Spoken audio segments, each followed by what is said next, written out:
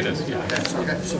Today is Wednesday, April 15th, 2026. I call this meeting of the Acushnet School Committee to order. This meeting is being video and audio recorded for future cable broadcast. Please silence all cell phones for the duration of the meeting. Can I have a motion to open the school committee meeting? So moved. Second. Do a roll call. Mr. Hood? Yes. Mrs. Cordera? Yes. Mr. Ellis? Yes. Mr. Helproff? Yes. Mrs. McGlynn? Yes. Good evening, everyone. This is a meeting of the Finance Committee with our school department. It is Wednesday, April 15th, 2026. Do I have a motion to open our meeting? So moved. Second. All in favor? Aye. This meeting is being audio and video recorded. Please rise for the Pledge of Allegiance. I pledge allegiance to the flag of the United States of America and to the republic for which it stands, one nation, under God, indivisible, with liberty and justice for all.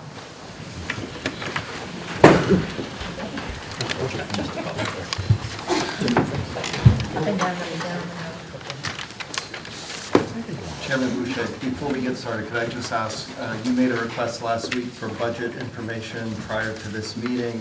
You were provided with all of the information that you asked for in a timely manner. Is that accurate? Yes. Thank you.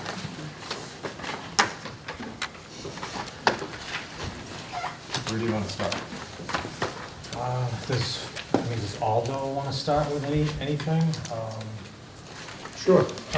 Last night we did a presentation on the school department budget. We knew that we were looking at coming up with various scenarios. The town administrator asked us to come up with different scenarios, but also a level funded scenario. So we walked through the different portions of the budget with level funded, level service, and then, we started with the superintendent's budget, which is the overall budget of everything we would need to move forward and add some positions and add programs and whatnot. Then we developed the level funded, level services. Then we come up with what we call our constraint budget, which is, we understand that we're going to be cuts, we're going to be reduced in funds. What could we kind of live with but still get our work done that we need to get done? We would lose positions, but at the same time, we would try to maintain the programs that we have, because we've made great achievements in our scores and our students' achievements over the past years. So we looked at where we could consolidate, where we could increase class size, and what other positions we could take from the budget. So I don't know if everyone has a sheet or not, but can we pass it? Yes, that was. Okay, so there's kind of a cheat sheet there of the different scenarios that we have for the budget. So, Do you have any extra? Wait, we can pass these down. You've seen this, so. pass them down. Yeah, let's just pass it down. It's fine. It's the same stuff we went over last night, so. Excuse me, what was circulated to us is which budget? This is the superintendent's budget, not the two other budgets that you're talking about, right? The constraint, I'm so sorry. The constraint. Correct. What Okay. what was circulated was FY '24, '25, '26, and then '27 Right. is superintendent's recommended. The one with the which is- 2.4 increase, right, the 2.4 million increase? So Exactly. does this exist for the other two budgets that we're gonna talk about? Can you provide like line item detail for the other two scenarios that we would be talking about? Not line item detail, but we can tell you the areas where we're making reductions. Okay.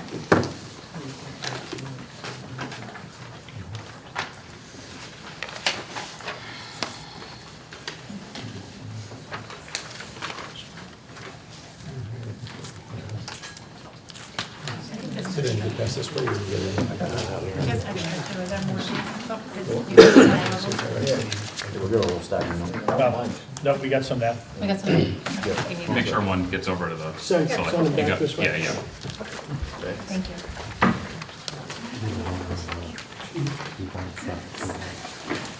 Thank you. If you can't musical chairs, make its way around the room. That sheet is just a highlight of last night. I would encourage people to go to the website to see the full presentation. So you'll see on there, needs-driven is our superintendent's budget. That reflects everything that we need moving forward. It's about $1.9 million, although the one you have on paper, the 2.4, yeah. Yes. that's very high level. That we cut out from that to get to the needs-driven. We began cutting down from that budget. But since this is what we had already prepared in this format. that And so you'll be 2.4. able to go through, when we go through the individual line items, you'll be able to tell us where it was cut from. I don't have the line item number, but I can tell you the areas that it's cut from. Yeah, that would be great, thank Sure. you. So, the needs driven is 1.9 million. That would mean that we have no reductions to our budget. It means we would have 3 additional staff, personnel in the teaching area of our budget. It also means that we continue the programs that we have, and we would add a couple more, have to do with, A reading specialist and 2 behavior techs based on the needs, the current needs of the students. so then from that, we developed our level service budget, which is, again, the needs driven was $1.9 million more than this year. And remember, that includes transportation also, and you'll see later on, transportation's about $275,000 increase.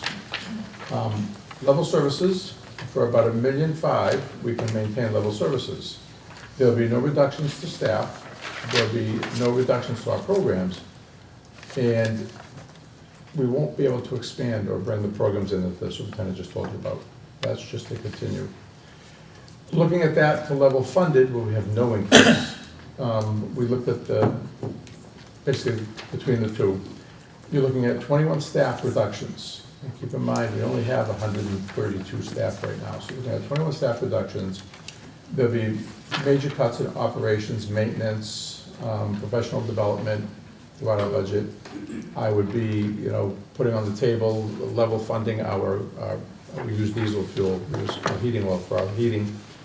Those right now I level fund, but if the market continues the way it is, I'll be looking for 35% more on that next year. I'd have to come back for supplemental because we have no control over that. In that budget also is the fact that we used solar credits this entire year. My predecessor found that we had solar credits building up that weren't being used in prior years. We've been using them for a little over a year. They will expire by June, at which point I had to put about $200,000, $240,000, I think, back in the budget to make up for those solar credits that had been building up and never used. So looking at those level services and the level funded, we developed a constraint-driven budget. So that budget there shows an impact of about $1 million over what we have this current year. We would be reducing staff by 8 positions. There was 1 administrator in that staff, in the reductions.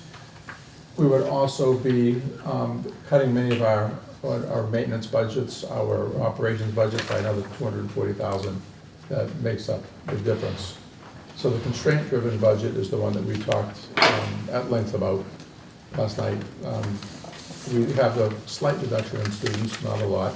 And as you know, you don't have them all in one classroom.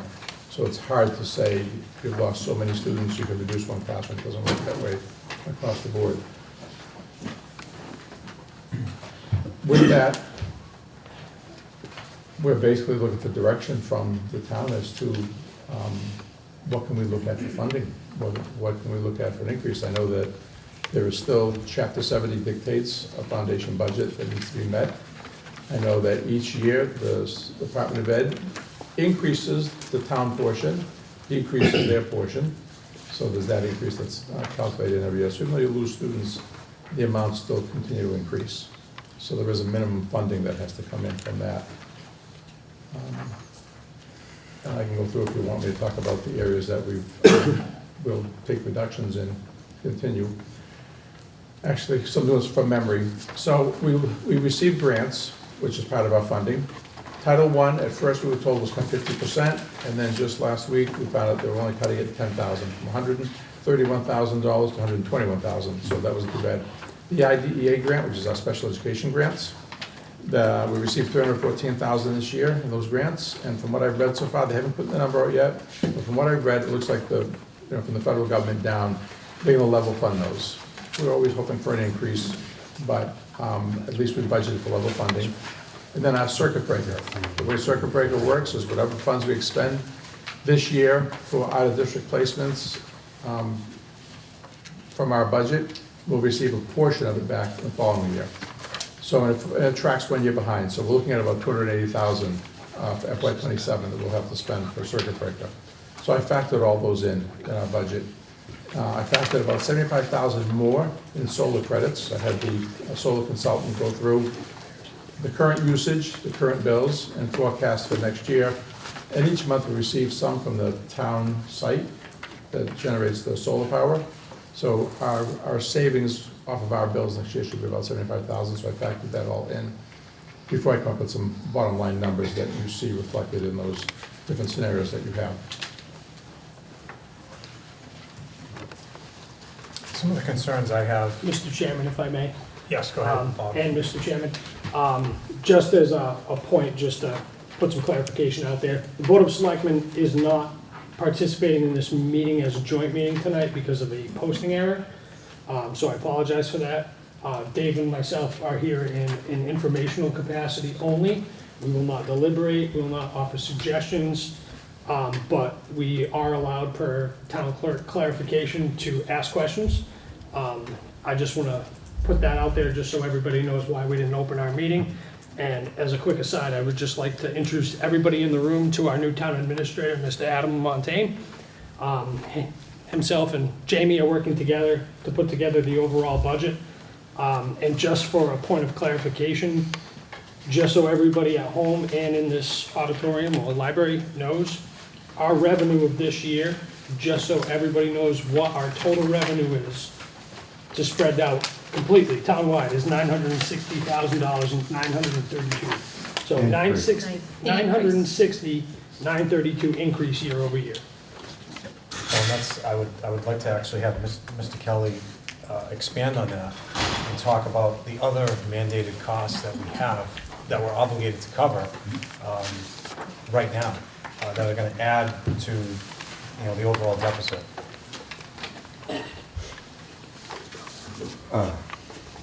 Thank you. Right now, we are looking at an increase in costs for elections because there are so many more elections this year. The increase is $30,207. And that's just to put on the elections. We are looking at an increase in water, which is part of the operating budget. It's not an enterprise account. By the increase from New Bedford, where we purchase our water, of $44,533. We have been told that the assessment from Old Colony Regional Votech High School will go up $410,102 from last year.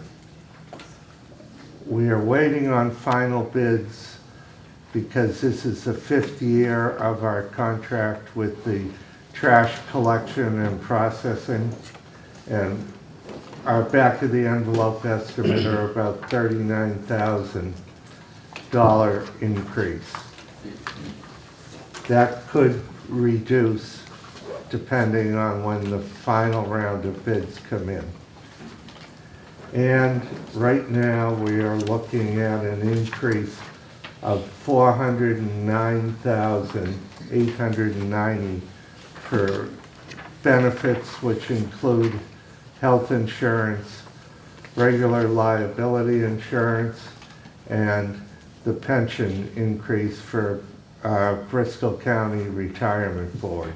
That does not include teacher retirements, as you know, but does include the other workers. We haven't taken the offset reductions for the enterprise accounts off of the benefit and retirement because we have to do that at the end based partially on the salaries. So we have to look at each individual salary in the enterprise accounts, and then also look at whether those individuals are taking, for example, health insurance, and then back out the offsets. estimate, maybe, last year it was 110,000 for the offsets. We'll have to see this year. We are still negotiating the final numbers on health insurance based on stop loss insurance, but other than, for health insurance, but other than that, we're looking at right now, just quick math, 933,732 increase. And we have a revenue increase of 960,932. That does, those mandated increases do not include the town department requests, which before finance staff has done any of their reductions and made any recommendations to the Board of Selectmen. That includes an increase of $1,345,790. So obviously, we're going to have to be telling the departments that they're not getting it. The super majority of that. Well, Mr. Kelly, to that point, a lot of most of the departments that have come before us, before the Finance Committee, when they presented their budgets, for the most part, they've been level funded. So there has been nominal increases in the overall town department budgets. And it had to be that way because we just don't have the revenue to support big increases. We never do, but this year seems to be even worse. Well, to further, Mr. Chairman, so I don't envy the position of the Board of Selectmen. I don't envy the position of the FinCom. We understand the challenges. At the same time, a level-funded budget for a school department would decimate the school system. So we, as a committee, can't support a level-funded budget that would decimate our school system. You're talking about 21 reductions. That's like 16% of the staff. The people that will lose is our kids, and we're here to fight for our kids. And that's our responsibility. You're absolutely right, and I don't disagree with you on that. And I think this really comes down to more of a state problem than anything else. Sure. I mean, we're doing the same exercise every single year. And I've been doing it for a long time, and I am like tired of it. Because we don't get enough support in our towns, these small towns. Look how many communities are facing budget deficits like we are. I believe the town of Middleborough has got a $4 million budget deficit. A bunch of them are proposing Proposition 2.5 overrides to fund their operational budgets. I mean, this is what it's coming down to in this state. I mean, when is somebody gonna do something at the state level to stop this insanity? I mean, it's crazy, because it doesn't work anymore. It really doesn't. The system is broken. You know, it's just, I could go on and on about some other things.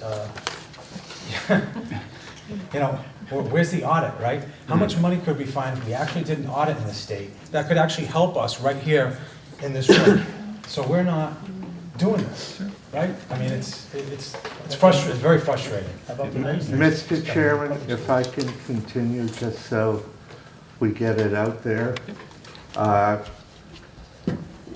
As far as any free cash, as you know, we spent free cash in the fall. Well, we're looking at right now a snow and ice deficit because we're allowed to spend in deficit because of the blizzard of between $250,000 and $300,000. We are also looking at, included above and beyond that, overtime for police and EMS, fire personnel, public safety personnel, possibly, we're still figuring it out, but $150,000. So you're looking at $500,000 that we might have to use from free cash to take care of the FY26 deficit. and you have approximately 300,000 in free cash left after the fall. And as you can see in the memo I circulated, there's a number of requests for departments on the free cash that will most likely go unanswered. So it's across the board. And it's not what you can afford, it's what you can spend.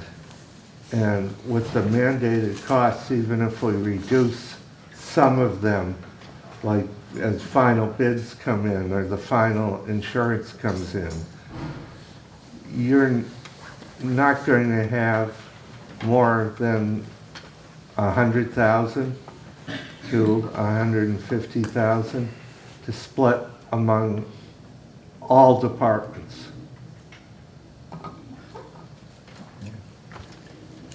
Hey, just say something for it. So, I mean, I think at this point, it's pretty clear that, you know, to Ron, Jamie, and Mike's points, that really what we're looking at is a systemic issue across the entire Commonwealth. You know, when I did quite a substantial amount of research, just looking at the escalation in the number of towns that have seen massive deficits annually. Some towns are looking at, I think Marblehead this year is looking at a $7.7 million deficit. There's a number of other towns that are in the $7-ish million deficits.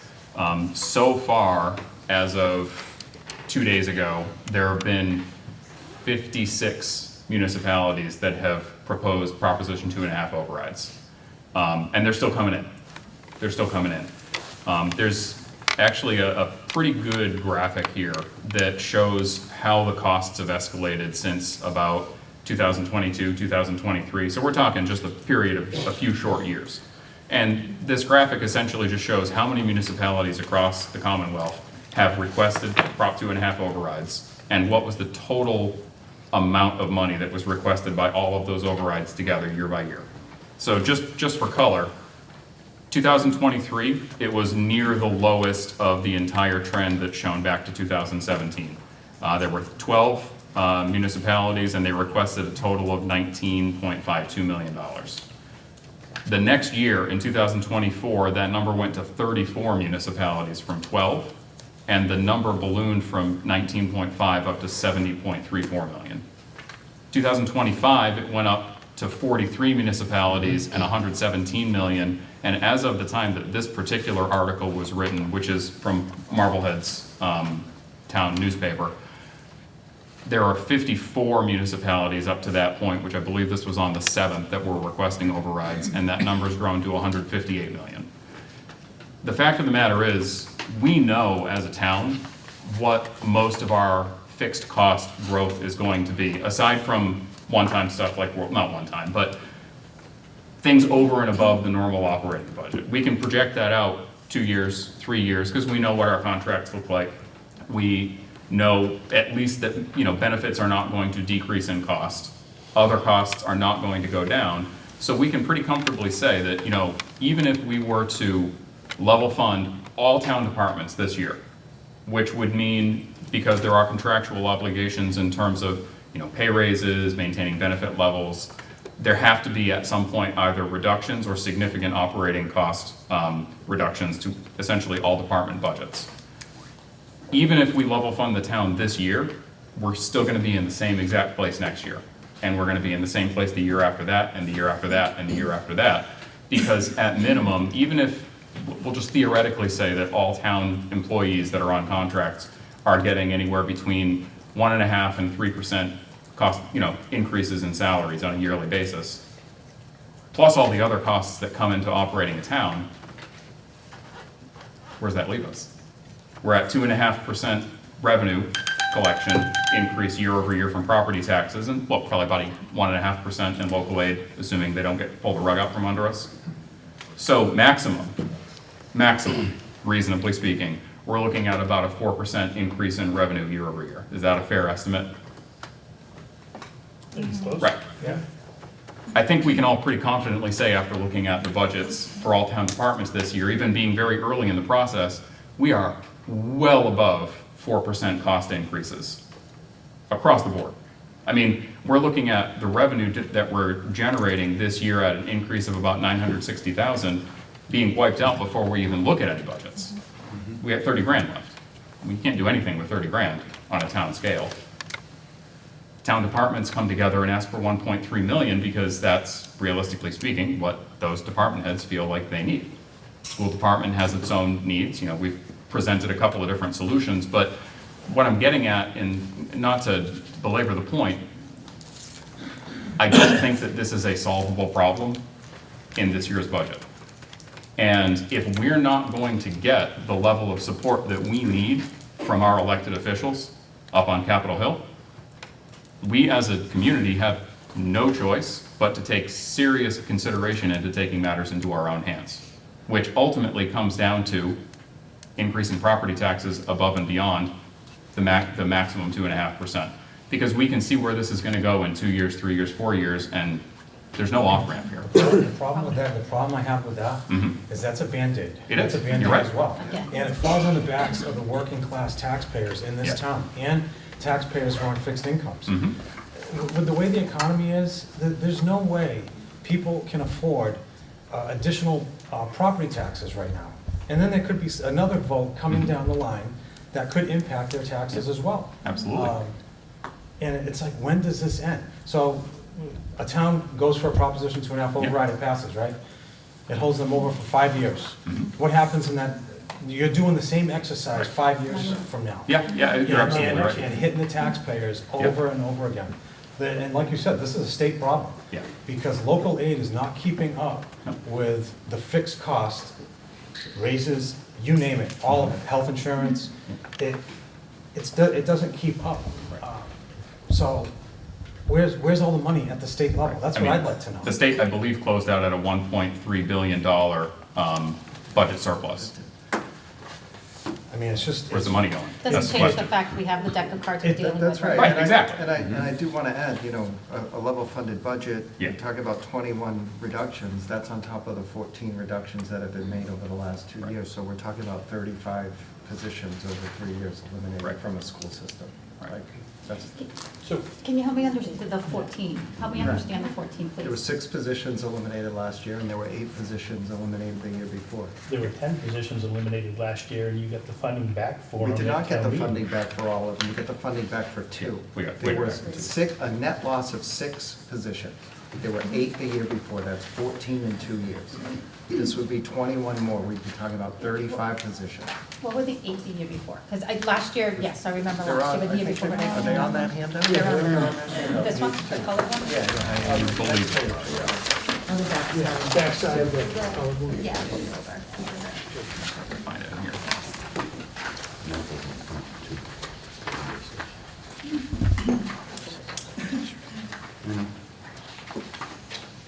While you're all looking, just to reinforce Jesse's, I got it. Jesse's point, your levy, which is about 2/3 your revenue, increases somewhere around 3 to 3.25% a year. Your income as far as local receipts, and that doesn't include the receipts that the school gets for the rental of the building, stuff like that, that stays with the school. But the local receipts are about 5% increase a year lately because of the Board of Selectmen doing a number of financial reforms that have increased that revenue. Your state aid, year over year, is about 1%. Some years it goes down to 0.5%. The highest I've seen it is 1.5%. So the state definitely, as Jesse said, is not keeping up. Yeah.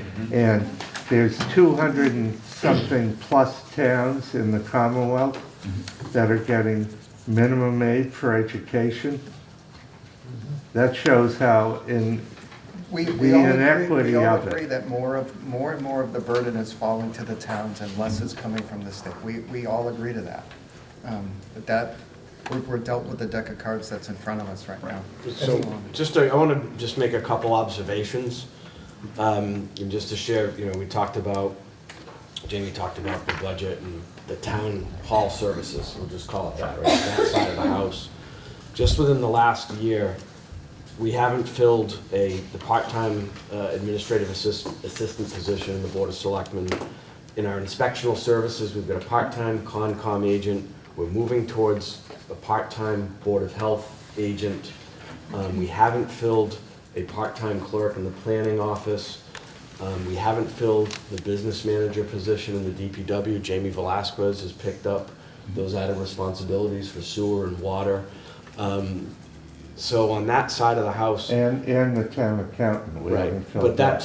that's, yes, it's not because of budget, there's those other extenuating circumstances. But on those other issues, on those other positions, we've kind of kept our foot on the brake because we don't want to fill those positions in knowing full well what our budget situation is going to be like. So that's had an impact, to the taxpayer, people who are coming into town hall and looking to get these types of services. The one thing that the board has been adamant about, though, is preserving trash pickup, right? It could be very easy to say, well, we're gonna do a trash fee, but you know what? Our taxpayers, if you can say there's one thing that they deserve, right, in this, on this side of the house, is to have their trash picked up, right? That's a service that they deserve. So we're running a skeleton crew. Jamie talked about some of the other reforms, and where I'm leading up to is that if there's any discussion whatsoever of, an override, that should always be the last option, right? And as a town, we should have gone through the exercise of looking at every possible reform, right? And I think what's gonna happen down the road is you're gonna look at financial services. You're gonna see municipalities having to share a director of finance. You're gonna have to, that's what's going on, because one, the towns don't have the money to keep up with the salaries, but there's also, I think, there's gonna be a lack of people who wanna do those jobs, right? And so, just forecasting the pressures that municipalities are gonna be in. So, if the town was to ever consider a successful, right, you can say, yeah, we'll put it on the ballot, fine. But you want to put something that's going to actually pass, and I think having gone through a major deep dive on every possible service before you go to the taxpayer and say, we've done everything possible, now we're coming to you. Other than doing that, I think you'll see the same result that the Old Colony vote was, and probably even more so. And also, to expand on that, I would, before we even go to an override, Yeah. make cuts, make budget cuts. The town side is basically living within their means, on a bare bones budget with nominal increases. Like I said, we've all seen the budgets come before us, and there are not big increases at all. So there may be some pain involved to have to make cuts, but we have to live within our means. Otherwise, you're asking the taxpayers for a Band-Aid fix, and then you're gonna be asking them again over and over again, and it's just, it's not right. But I think if we have made cuts, and this would be another 21, so again, 35, and I think if you go back to there's some highlights in that one pager about the 2014 DESI report that was done in terms of what position and what kind of shape the school system was in 2014, and it wasn't good. And so I also think that our taxpayers deserve to have the best education possible for their kids. And that's why a lot of residents of Acushnet move to Acushnet, because they want to send their kids to a good school system. And again, we have to And find I ways. agree with that Nobody 100%. disagrees at all. But they also deserve to have a town that's not bankrupt and has Correct, services. so we should put it to the residents to see what's important to them, because I don't think a lot of them want to have their school system So decimated. your answer in this meeting is we're moving towards a Prop 2 I did not say that, so We don't put just said words put in it my to the mouth. residents. I never said that. Then I didn't say that. please clarify what you meant by putting it to the residents. we need to work together to figure out what's important to our residents and whether they want to accept another 21 But you just said we need to put it to reductions. the residents, so how do we put it to the residents? Because we're talking here as a committee, Yeah. and your answer to what we're talking about for the town What's your itself. solution?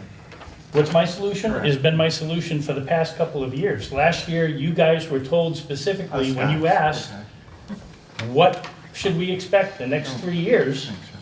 You were told to be level funded.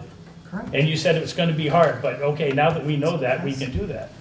And this year, you're coming back for $1 million ask, just to try, and putting it through as these big cuts, just to try and, you know, save our students that are out there. The town doesn't even have $1 million. If I may, I think that's one critical, not to say misunderstanding on the finance committee's standpoint, but I think it's a general misunderstanding within the town population and the populations in many towns. Essentially, when you run what amounts to a service exclusive entity, service exclusive meaning there's no product being made, there's no roads being paved, there's no, mail being delivered, there's no trash being picked up.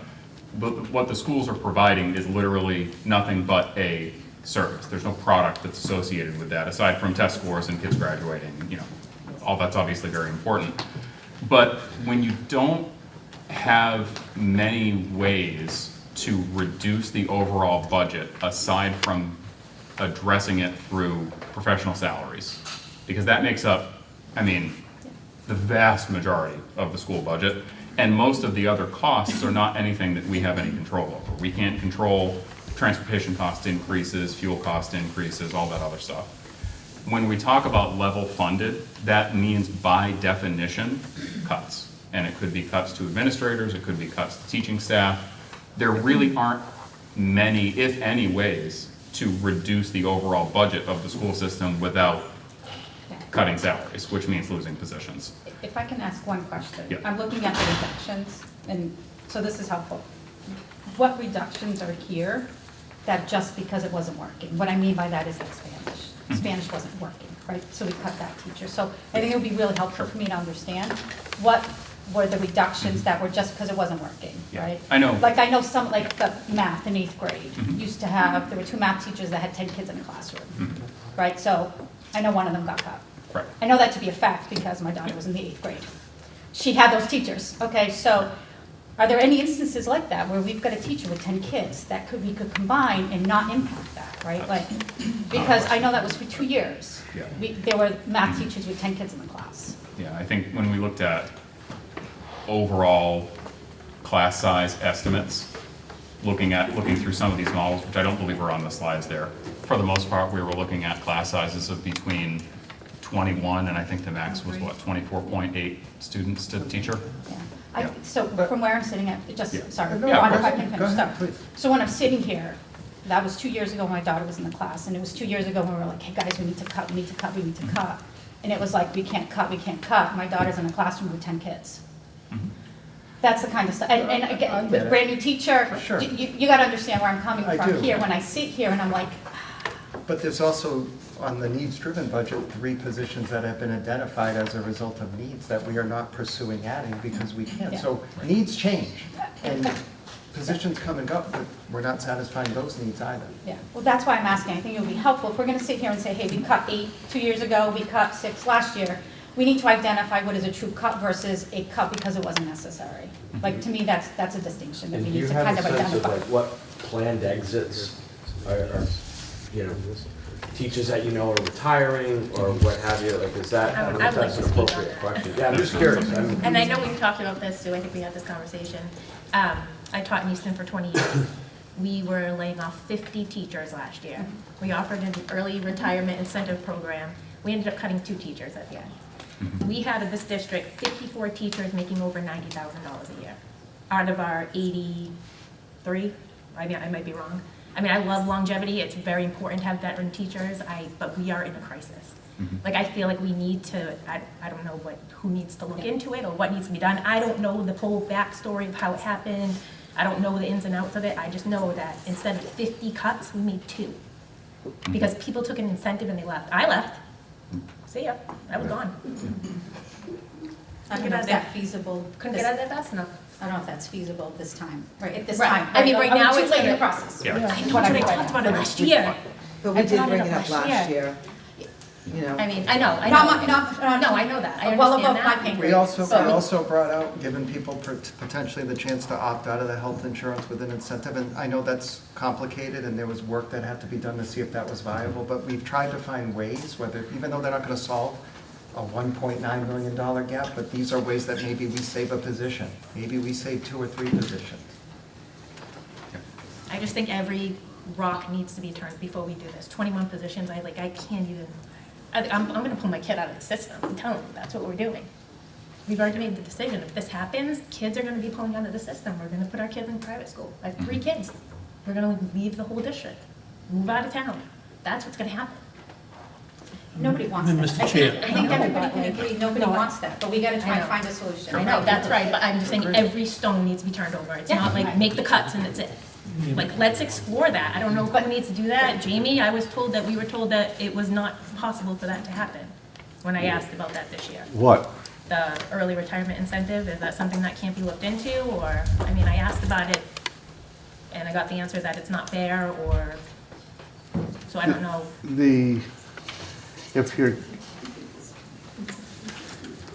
If the incentive involves the changing of the retirement formula, any of the aspects of it, adding years, adding age, et cetera, then that involves the state.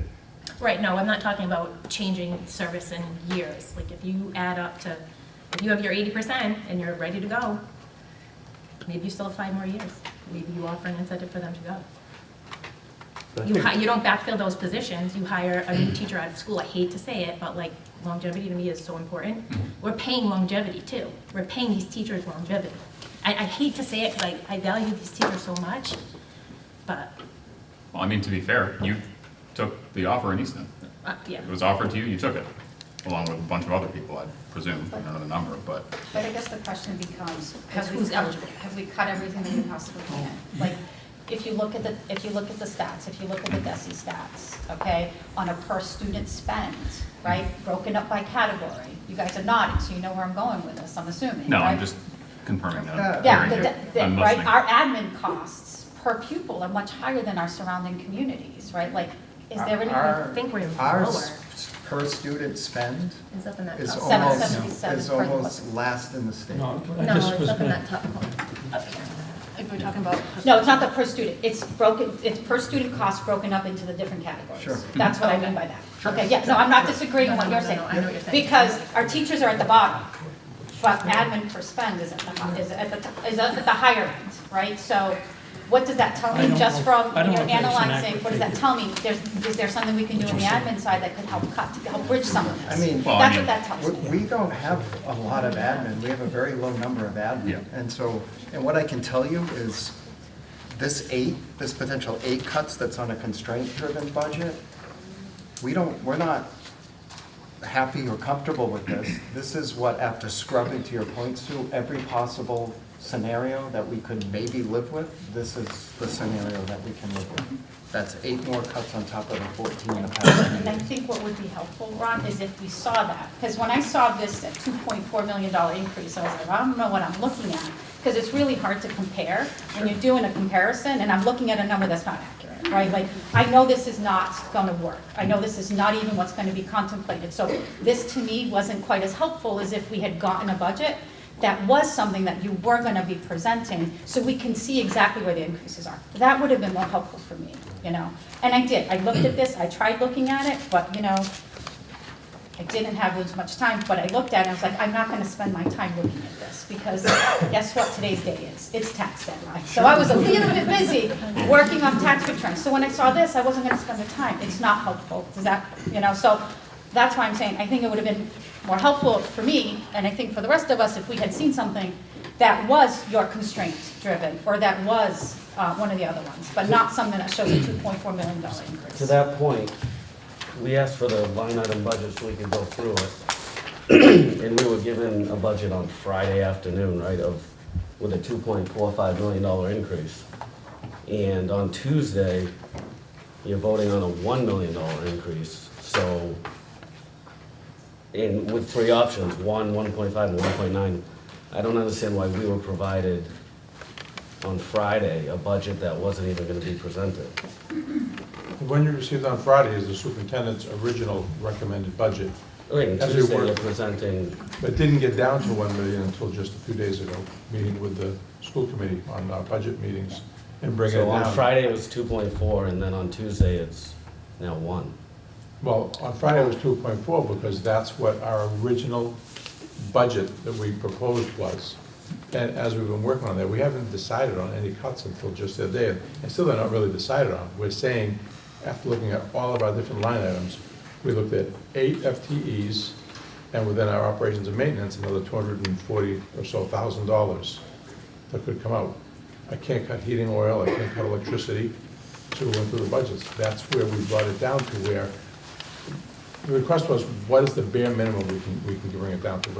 Wait, so when will we be provided a line item of the constraint driven with the $1 million increases? I can probably do that tomorrow or Friday, but I don't want to identify individual teachers, let's put it that way.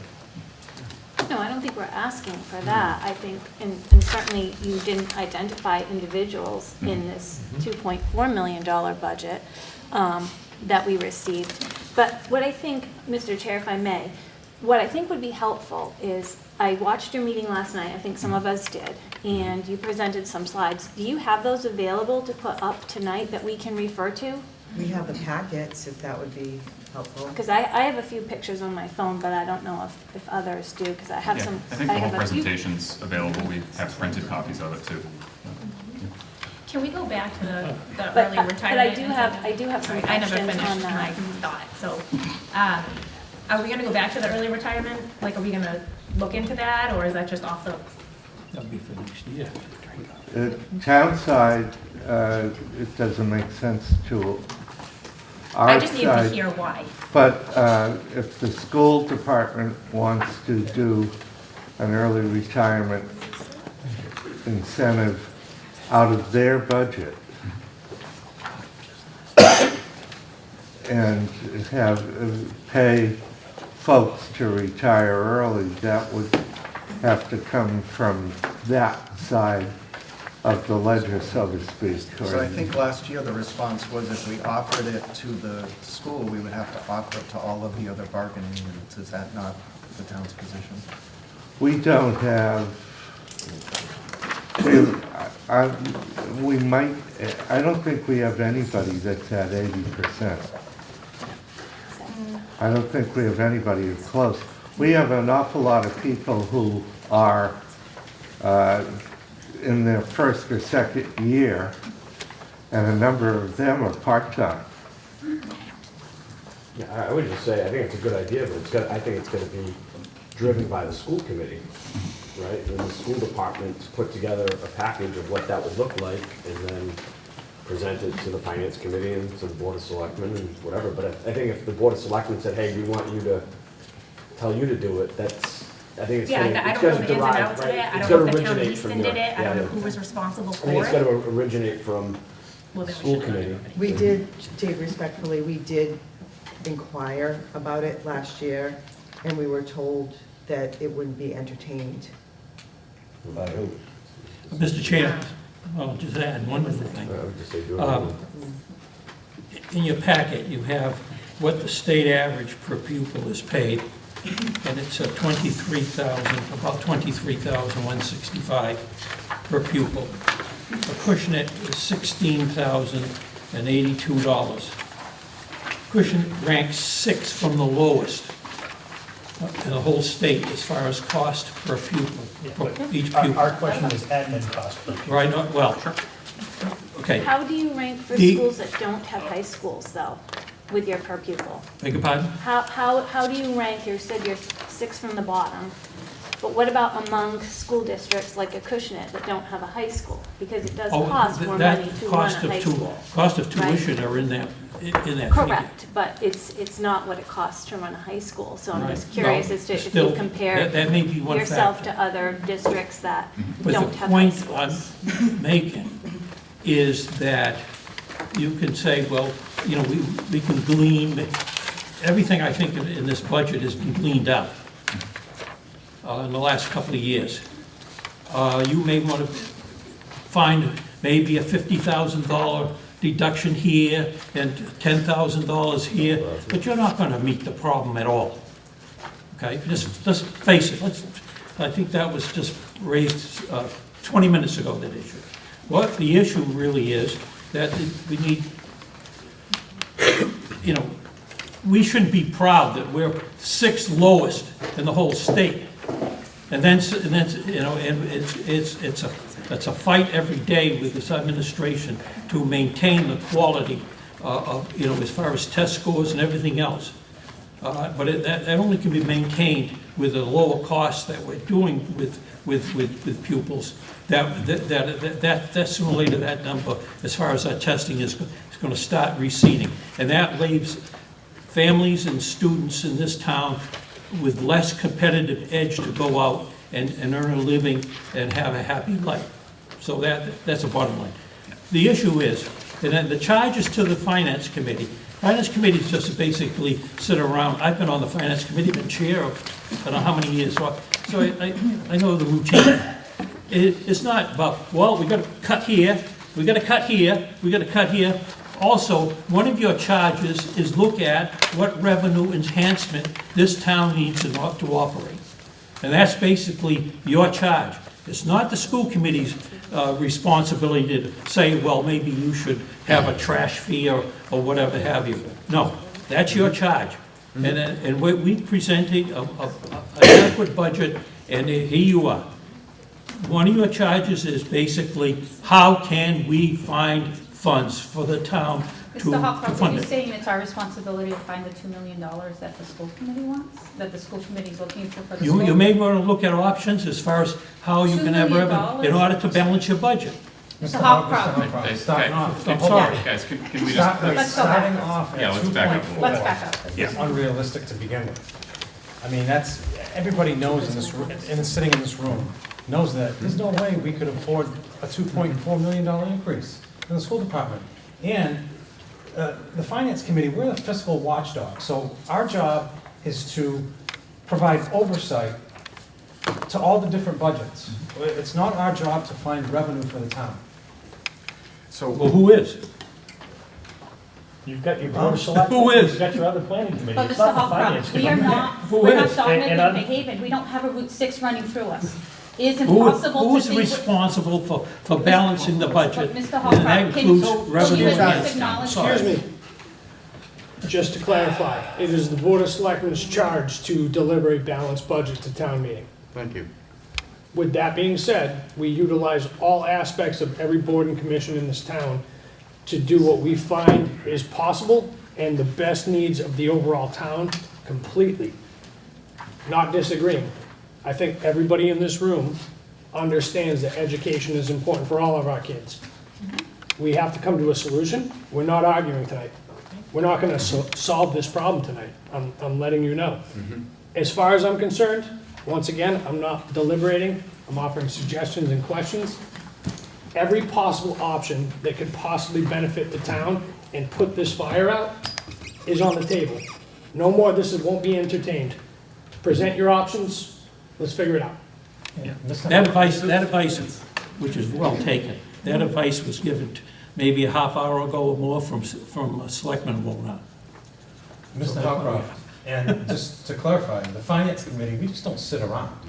Yeah, I know that. okay, well, hey, We've all been there. You know how many hours I've taken away from my personal and family time? Over freaking 20 years, and I'll use that word, I don't care. It's a lot. Okay? Again, We don't envy the position of the FinCom of the Board of Selectmen. This is serious stuff, and we have a serious problem here, right? And we're trying to find solutions. And I just, But I don't let's have just- the answer. let's just- I don't have the answer. Let's just be clear, because the number isn't 2.4 million. What we said that we can agree to is a $1 million number, which still includes 8 cuts on top of the 14 in the previous 2 Look, years. it comes I down to think it what we would be can afford. helpful, and that was what I was trying to get at, and to your point, Mr. Howcroft, as a finance committee, we try to understand all the town departments' budgets, what their needs are, what their constraints are, what their struggles are, what they're looking to do. So I think that what I watched, like I said, I watched your presentation last night, and what I would like to hear from is, you had a slide, it's this one here, that says FY '27 contractual budget area increases. What page? Page 19. So are these, is this the constraint-driven budget, or is this the level service budget? Is this the needs-driven budget, or the superintendent? That's level service. That's level service, that's level service, okay. So, all right, so that's what we're looking at, so that's the 1.5 million, correct? So I think what would be helpful for us to understand, because this is a big number, 1.5 million is a big number. That's what, almost 10%, 9% increase or so to your budget, about that? So I think that requires further explanation. So if you could walk us through, you have special education costs increase 174,000, 60%. So what comprises, why is special education? And I think we all have an idea, but if you could be specific and say, what's driving that? Because 2 down, you have out-of-district tuitions for over 200,000. So we if had you a can have student some, walk in this year at $284,000 Sure. residential placement, and we have no control over that cost. And So that's- that's and one factor. that's one That's just factor. one example of those fixed And costs that that's- we can't control. These are all legally mandated costs. I know that, you Mr. know. Howcroft, I Right, absolutely but do know that. it's not an So option, they're I- we're spending Exactly, $260,000. and that was the just point because we're of gonna my send some question, child because support. when you see 200,000, I think for the rest of us, it's better to understand that there are placements that are $200,000, $300,000, $400,000, $500,000 placements. I know that better than a lot of people here. So that's what I wanted others to understand. So when you have your special education costs, the 174, what is driving that cost? We had additional paras, one-to-one paras that were mandated on IEPs. That's one example. Yes, I noticed that the para increase was about $300,000, so about 10 paras. Does that sound about right? We had 3 new paras, a little over $100,000. I don't know. Maybe this is in this your budget. superintendent's budget, there was a I think there para. were behavior techs Yes. added Yeah, to there that was a para budget. increase for about 300,000 or so. High school tuitions increased by 280,000. I know there's been a lot of conversation about that with changing the high schools. So if you could give us some information, because I think at your presentation you said you had 10 additional students from Old Colony. So Correct. 10 times what, about 15,000 is 150? Or So, 30 yeah, where's the, for the tuition. We had 10 alone from Old Colony, but of our own graduates, I think we're up another 4 or 5 from where we were this year. We pay the special ed costs for those students, Correct. for the districts they go to. And I had to factor in, at the time we did the budget, the contracts that are currently, that was currently in place. So in other words, Fairhaven, they can still enroll through August, and they'll still get their $12,800 per student. So that's all factored in there. That's why it went up that much. And Old Colony has less seats. We're down to 44 seats, and it doesn't mean that it's 44 seats necessarily for children at Ford Middle School. It's students in the town.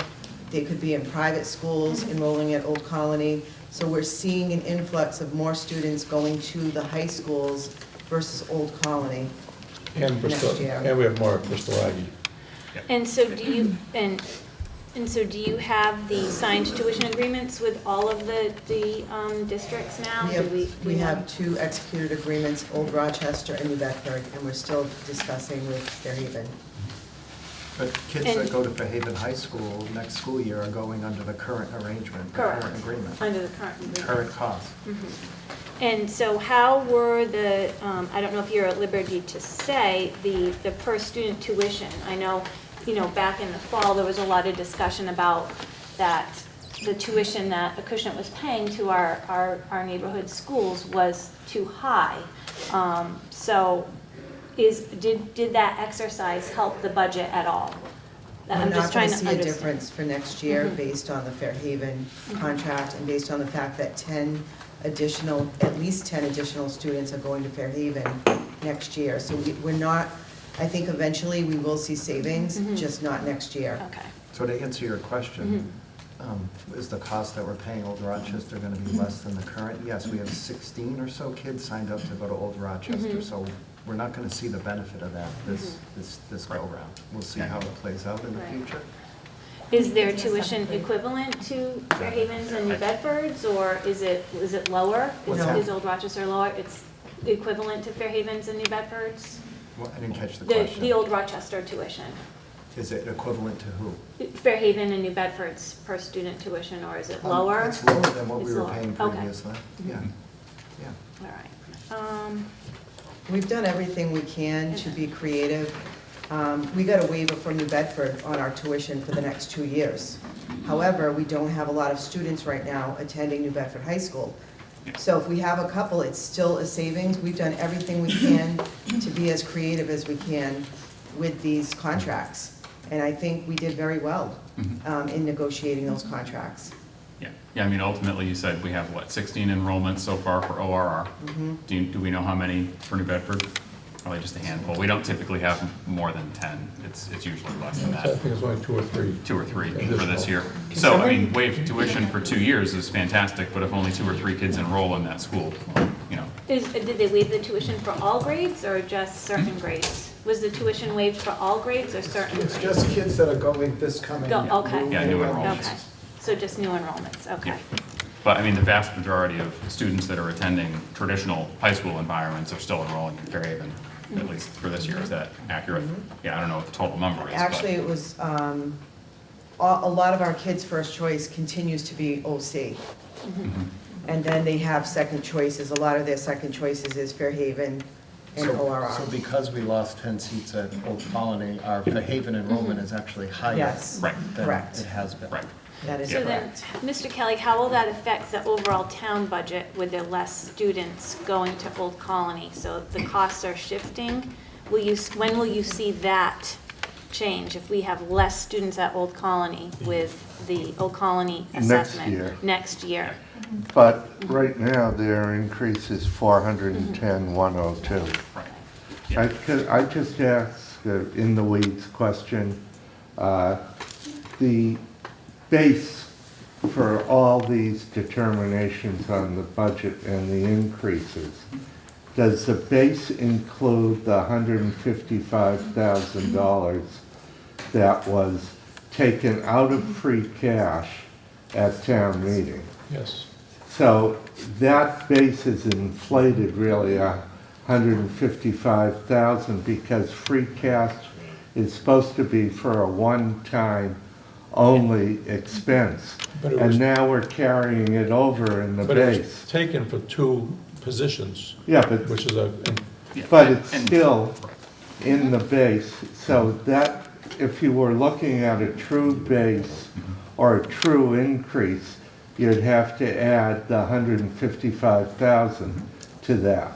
Yeah, and if I may, I mean, that's something that was brought up in discussion. I know I stated that during initial budget conversations last year. It was stated at town meeting that basically if we're using free cash to retain positions, then that cost is gonna follow through to the next year and the next year and the next year. So, I mean, that certainly is something that we were cognizant of, and I personally cautioned against it. I don't wanna see anybody lose their jobs, but, I mean, I understand how structural deficits work. It's pretty, remedial budgetary math. But I think the increases listed here should be increased by 155,000. So your level funded budget is really an increase on the base of 155,000 that you took out of free cash at town meeting. Well, we didn't necessarily, we didn't ask for that. The town No, did. the town did, but that's a one-time, that's supposed to be a one-time cost. And if I remember correctly at town meeting, they were saying that we'll take it out this year and we, because it's an emergency and going forward, you have to address different things. And I'm just saying, to be truthful, that level funded budget should be an increase of 155,000, and the constraint budget should be an increase of the 1,001,812 plus 155,000. I mean, when we're talking about retaining positions, it's not like those positions only exist for 1 year. I think we all understand that. And it may impact what those different, budgetary scenarios would look like at a point. Yeah, but when you're looking at a revenue I fully increase understand to what you're pay getting for everything, Yep. then every one of these budgets right now reflects an increase of 155,000 that has to come off the top of that revenue increase because it was taken out of free cash originally. Yeah, I think that's a very valid point. I don't know how the math actually works out. I'd have to ask Aldo to, run the numbers again, but I don't necessarily. Your statement is correct. There are towns that put part of their free cash towards their general fund working budget. It's not recommended, but there are many cities and towns that do that for that reason. But there's no way to have cut that out unless we began our budget by saying, all right, we're laying off those 2 positions that we just paid for. They're right off the top.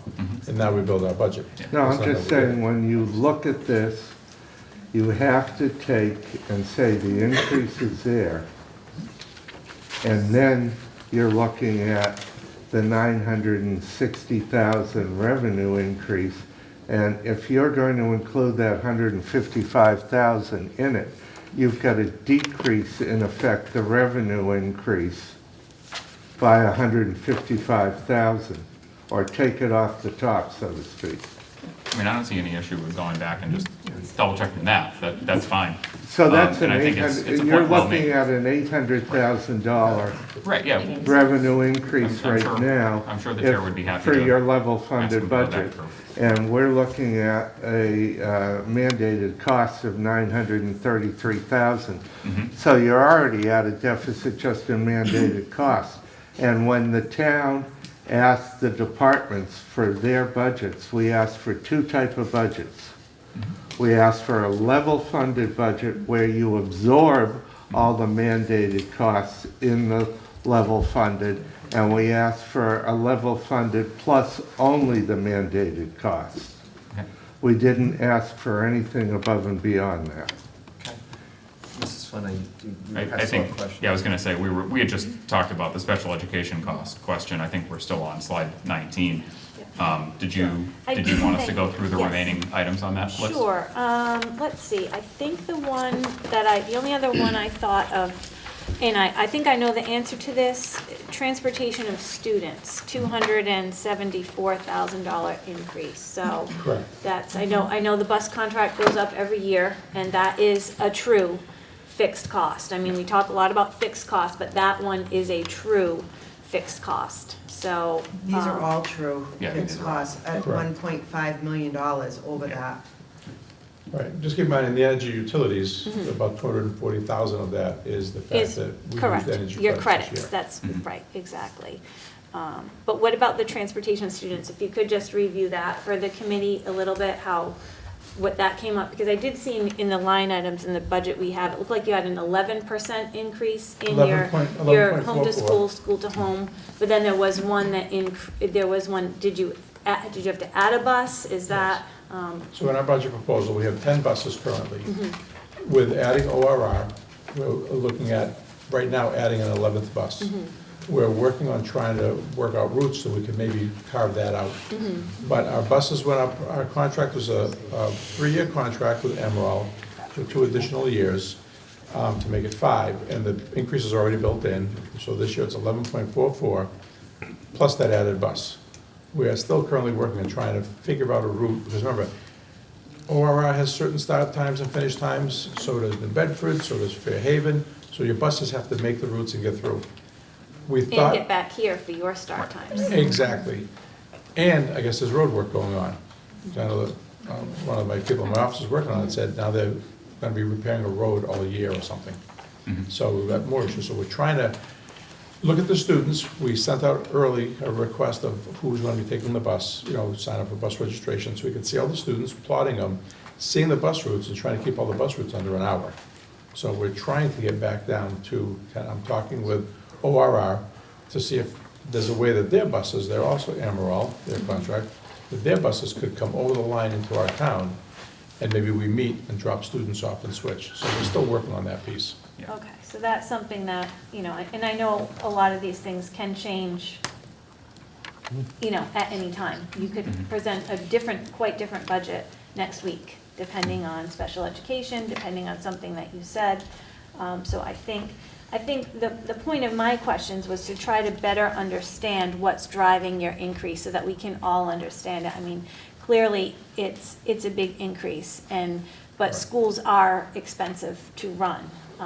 And they provide a very important service, so I think it was just helpful to go through and, really pull out, because 1.5 million, that's a big number. It's obviously more money than the town has, but it's helpful, I think, for us to understand where that's coming from.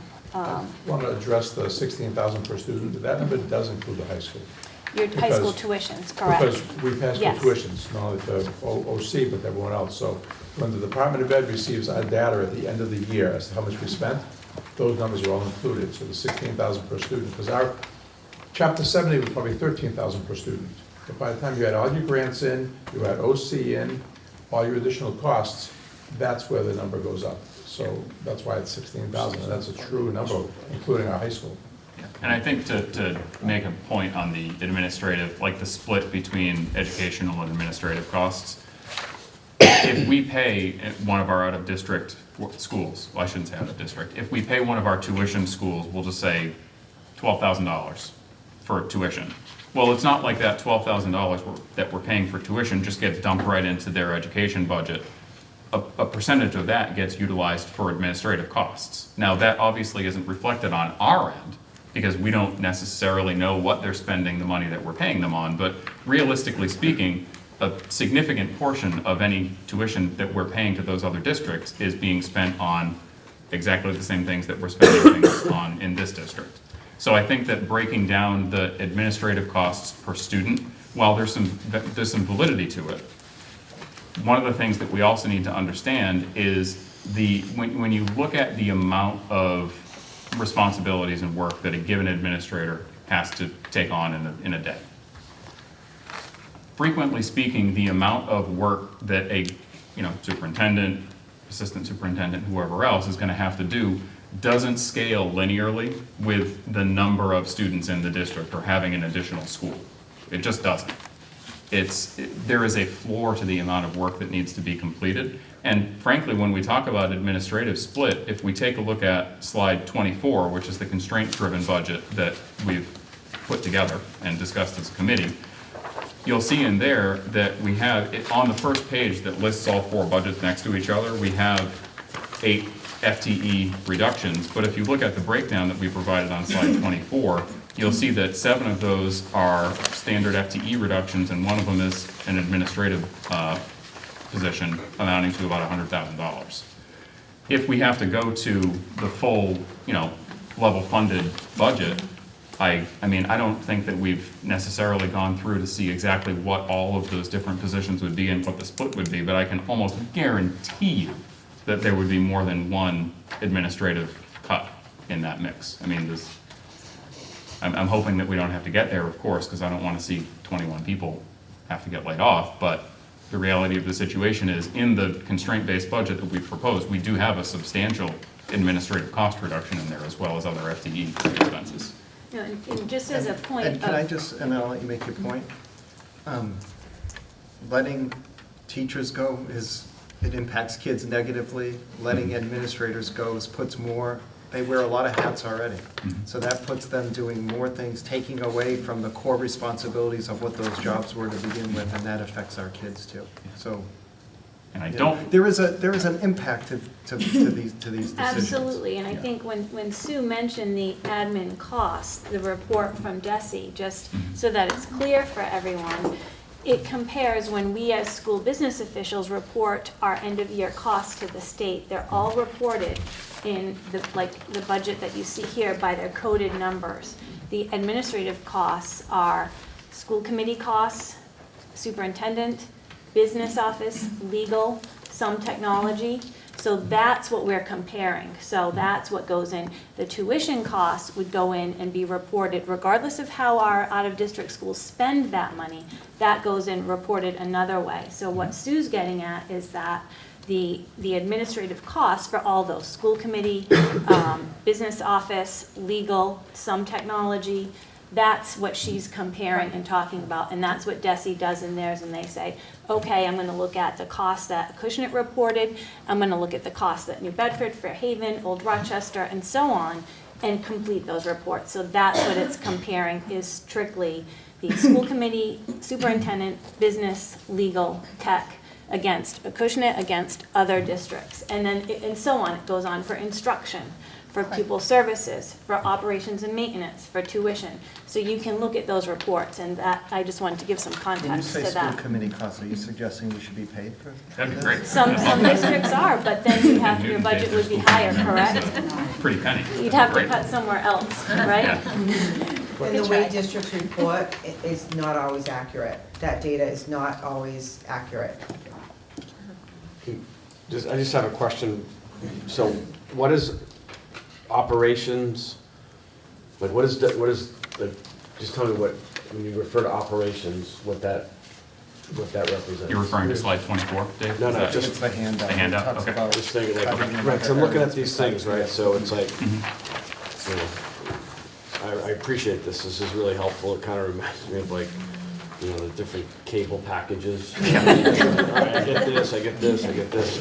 So like, operations, maintenance, professional development, what does that represent as part of the budget, right? That those aren't people, presumably, right, those aren't jobs, so like, what do you have booked for operations, and what does that mean? The cuts that we would make towards that $1 million budget there. No, I know, but what does operate, like, what do you say? Oh, when you operations. say What operations? cuts? So I'm What kind of talking about the cuts? custodial department, I'm talking about the maintenance of our fields, the maintenance of our building, I'm talking about the amount of floor wax, we maybe wax Equip- once a yes, year. So that's under Supplies. operations or Yes, maintenance? Okay. that's under both, operations and Operations, maintenance. maintenance, okay. We've been doing, this year especially, a lot of our repairs in-house. One of our head of facilities is excellent with boilers, so we haven't been calling service contractors as much. We only call them for the extreme items. Again, the repairs we're doing in place, repairs in classrooms. We had some students from Greater New Bedford Tech out here, being paid minimally, but doing work that we'd usually give to vendors.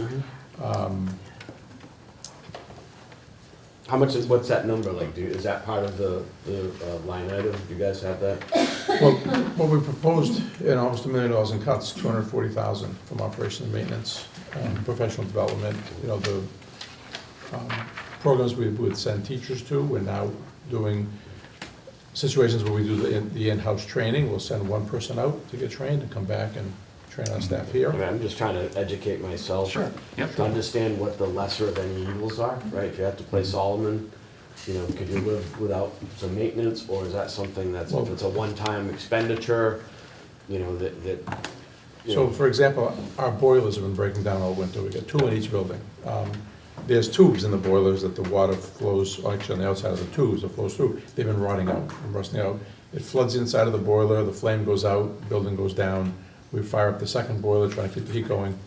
So we've already spent like $65,000 this year trying to keep them going, so I put an article in to see if over the summer, I can replace every tube in one boiler in each building. Every tube, and then do general maintenance to the outside, the pumps, there's diesel fuel, there's filters, pumps, up to basically rehab one complete boiler in each building.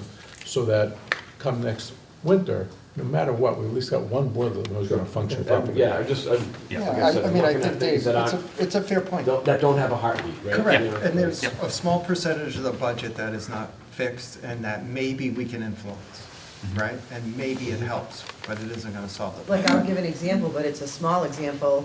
I believe there's $32,000 in a line for teacher tuition reimbursement. I'm working with the ATA president. We've done a survey of teachers to see how many courses they plan to take next year. And depending on what we get through, if the ATA agrees, we want to lower that line because we are in a state of emergency. So we're just trying to think of all things, but again, that's not a lot of money when what we're talking about here, but we're trying to chip away at it, just like with our high school tuitions. We're trying to be as creative as possible to Is help. it fair to be able to get that budget, right? And that becomes kind of the starting point, just so we can see what is, what we're working with. The constraint-based budget? Whatever, even including what you're talking about, Dr. Bailey, like. The problem with that is it's not, we have to work it out. We're getting the survey results, and it would have to be an MOU with the teachers' union, because contractually, it's a fixed cost, right?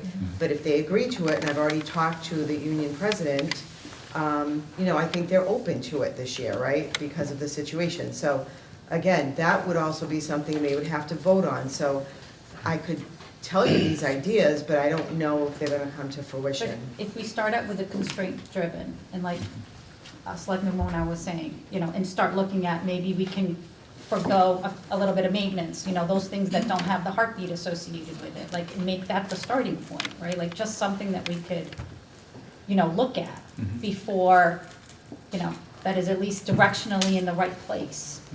Because right now, we don't really have that. We looked at is the constraint-driven budget as the compromise, what we could live with.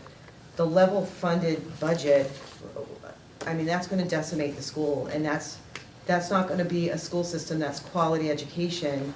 And I think from where we all sit, and I know you agree with this, is our job is to present a fiscally responsible budget that provides quality education to our kids in a supportive, safe environment, right? So this is still gonna hurt. We're reluctant to recommend this constraint-driven budget, right? But we also understand the situation that the town is in. So we can continue to chip away. Like I said, we have these little ideas. I don't know that we can find $1 million, is what I'm saying. And yeah. If you're going to either the constraint-driven budget or the level-funded budget and I'm the guy who's leaving, so it's, but collaboratively working to identify if you're cutting positions, each position, and who occupies that position, and whether they take insurance or not. We're rolling not quarters but pennies right now to try to find savings. And if we're going to have to identify each one of those positions, whether it's the level funded or the constraint, and see if there's any savings in the insurance budget because as the selectmen have said, we have to deliver a balanced budget to town meeting. We cannot deliver a budget that's out of balance Yeah, and ask town meeting to balance it. So I think that I appreciate the thought track that you're on there, Jamie. Realistically speaking, it's not like, well, for instance, we'll just use another town department as an example. Let's say you had to make a headcount cut to DPW. Sure. Well, you need to have a certain number or a minimum threshold of employees at DPW that carry certain licenses. Water operators licenses, CDLs, that kind of thing. Well, you can't necessarily cut somebody if that's the only person that's credentialed for that job. I get that. The schools in many ways are very much the same. And the other thing of it is that a lot of times when you have to figure out headcount cuts in the school, it essentially follows the number of students that are enrolled in each grade level. Now, you could have, just theoretically, I have not looked at individual pay rates. Let's say that, like Melissa had mentioned, we have a bunch of teachers that are at the very high income level. And all of those teachers happen to be credentialed or licensed or appropriate to teach grade levels that we just have a lot of kids in. Well, it's very difficult to justify cutting those positions because we need those teachers at I'm those not grade levels. talking the positions, I'm saying you've got to do a deep dive Sure. to identify the individual. We have, and we will. And knowing the bumping rates and everything else That's- involved. We don't And have then- bumping. And then Yeah. looking at savings.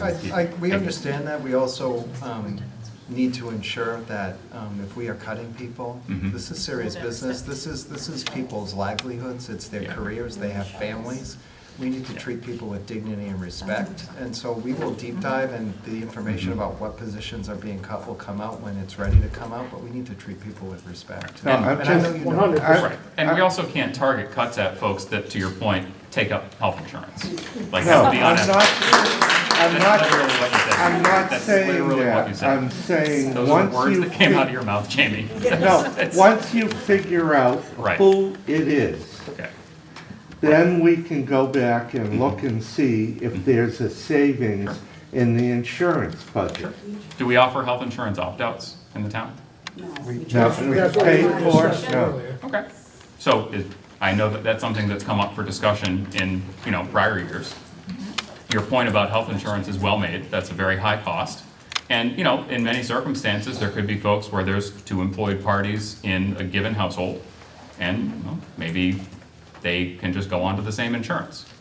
That happens all the time. We've done it in private industry. We see it in municipal all over the place. I think that that's a great way to address things. I'm in just the near future. saying, These that are once not- you identify any savings in any line item, that's one way to identify it and have the insurance savings. Because literally, you're looking at trying to save $12,000, let's say, for an insurance, and that might make the balanced budget. Yeah, no doubt about it. I mean, there's a lot of tangential Or we might have costs. that- 5 people who opt out and it saves a position. Yeah. Right? So that's why, when Exactly. we say we know early retirement, if you have a pool of 10 people that are at the 80%, maybe 3 of them take it, maybe 5 people, these are not gonna save $1.9 million budget deficits and gaps, but they might save positions. Yeah, I think they're all good We should be steps. flipping over every rock, Yeah. trying to figure some of this stuff out. But you've got to figure it out because, Those are my words. you've got to figure it out because I don't think it would benefit the town just from the number of employees we have, but it might benefit the school district. Yeah, Well, we put out so a survey or something. there's a very, very important point that you just made, Jamie. So it's not benefit the town and benefit the school district. We are the town. Like, everything, every single position that the town pays for is the town. Now, if one department happens to have more employees that could theoretically be a good fit for some sort of an early retirement benefit, or an health insurance opt-out, well, okay, great. I mean, that could easily have been, in years past with DPW, or it could have been with town administration. It just so happens that right now, there's a lot of new positions in town. There's not a lot of folks that would dip into those benefits. But in reality, like, what's the largest employer in the town that the town has control over? It's the school department. Yep. It is the largest employer in the town. It's also the largest cost center in the town, realistically. So when cuts have to happen, the biggest budget is always the one that's gonna have to have the most scrutiny. I totally understand that. But I think that what we need to do is exactly what we've just been discussing, and that's not only looking at operational cost savings, which we've identified, looking at ways that we can reduce FTE headcount both in educational and administrative roles, which we've done. Looking at ways that we can potentially reduce costs in other, maybe more difficult to calculate ways until we actually see who would take advantage of it, such as health insurance opt-outs, early retirement benefits. So I think that we, both as a committee and an administration, town, and finance committee, are asking the right questions. Realistically, we're all rowing the boat in the same direction, there's just different cost pressures that are going to impact this department at a higher percentage of the overall town budget than other departments. I feel like we really are doing our due diligence here, but, I mean, ultimately, the conversation that we're having right now, I think theoretically could impact this year's budget with some of those additional steps that we're taking. But we're getting away from the root of the issue. And I'm not saying that a Prop 2.5 override is the way that I would like to go. I don't like that idea. I don't want to pay more money in taxes. I certainly don't want to see my retired parents paying more money in taxes. But if we're looking at something that, you know, we plugged the hole in the dike this year, we're going to have 10 more holes pop in that dike next year, and then another 15 the year after. So while we can't just put a Band-Aid solution to Mike's point, knowing that it's not going to get any better, well, realistically speaking, I think that there is enough of a fiscal crisis across the state at this point that there is going to be an unbelievable amount of pressure put onto our elected officials. They don't have a choice but to solve this problem, because if we go from 54, now 56 Prop 2.5 overrides in the state, looking for a $158 million funding gap, next year, how many do we think it's going to be? I would guess it's probably going to be in the 60s, maybe the 70s, because the formulas aren't changing, but the costs are continuing to go up. And we're going to see that now. You know, we're involved in a war in the Middle East, which is going to the point that we made before, increase fuel costs. We've seen huge issues come up in the energy industry. I don't know if anybody here has looked at the news, but now it's looking like, you know, the entire Cape Wind project that's been ongoing for years at this point could fall through at the last minute because GE's suing Cape Wind and Cape Wind is suing GE, and now that all the money that's been put into that infrastructure investment might not actually be realized in any sort of utility savings. Like, there's major issues that we're facing as a Commonwealth that we're not going to have answers to. I mean, to your point about Proposition 2.5, the other thing that we have to think about is anyone, you know, if the town entertains an override, they have to understand that now becomes our new base. Yeah. There is no going back. It's a permanent increase to property taxes. Exactly. And realistically, the only way that a 2.5 override would ever even stand a ghost of a chance of passing muster is if Select, FinCom, school, the other town departments, Teachers Association, PTO, everybody in town has to be in support of this, or it is never going to pass, and we're going to be back to square one. And at some point, we're not going to have a school, if we don't do something, we're not going to have a school to run here anymore. And to, you know, Ron's point, that's while a nebulous point, it is a realistic one, because one of the things that we're going to run into, and Ebony can speak to this as well as some FinCom members, is the special education out-of-district tuition cost. That is a massive nut. It's a huge part of the budget. And one of the things that I feel like this administration has done a pretty darn good job of is keeping as many of those students in district as possible. While our special education costs in district go up year over year, if we start losing a large number of positions and we can no longer fulfill the needs of children's IEPs, at that point, they go to out-of-district placements. And if we go to an out-of-district placement, well, we might have saved some money, well, a substantial amount of money. I shouldn't say some, I'm not gonna, you know, knock this down. Well, we may have saved a substantial amount of money in, you know, FTE reductions.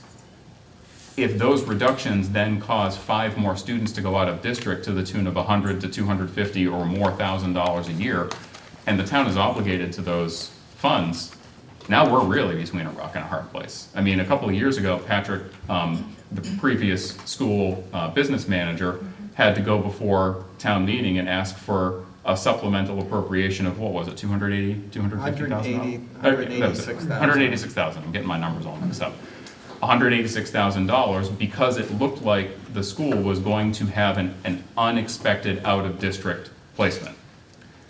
And I just want to add, that $186K was part of the money that we returned to the town last year. So that wasn't the school's money to spend in other areas. So when people say we returned 300,000 or 400,000, well, 186,000 of it was for a special ed placement that didn't end up happening.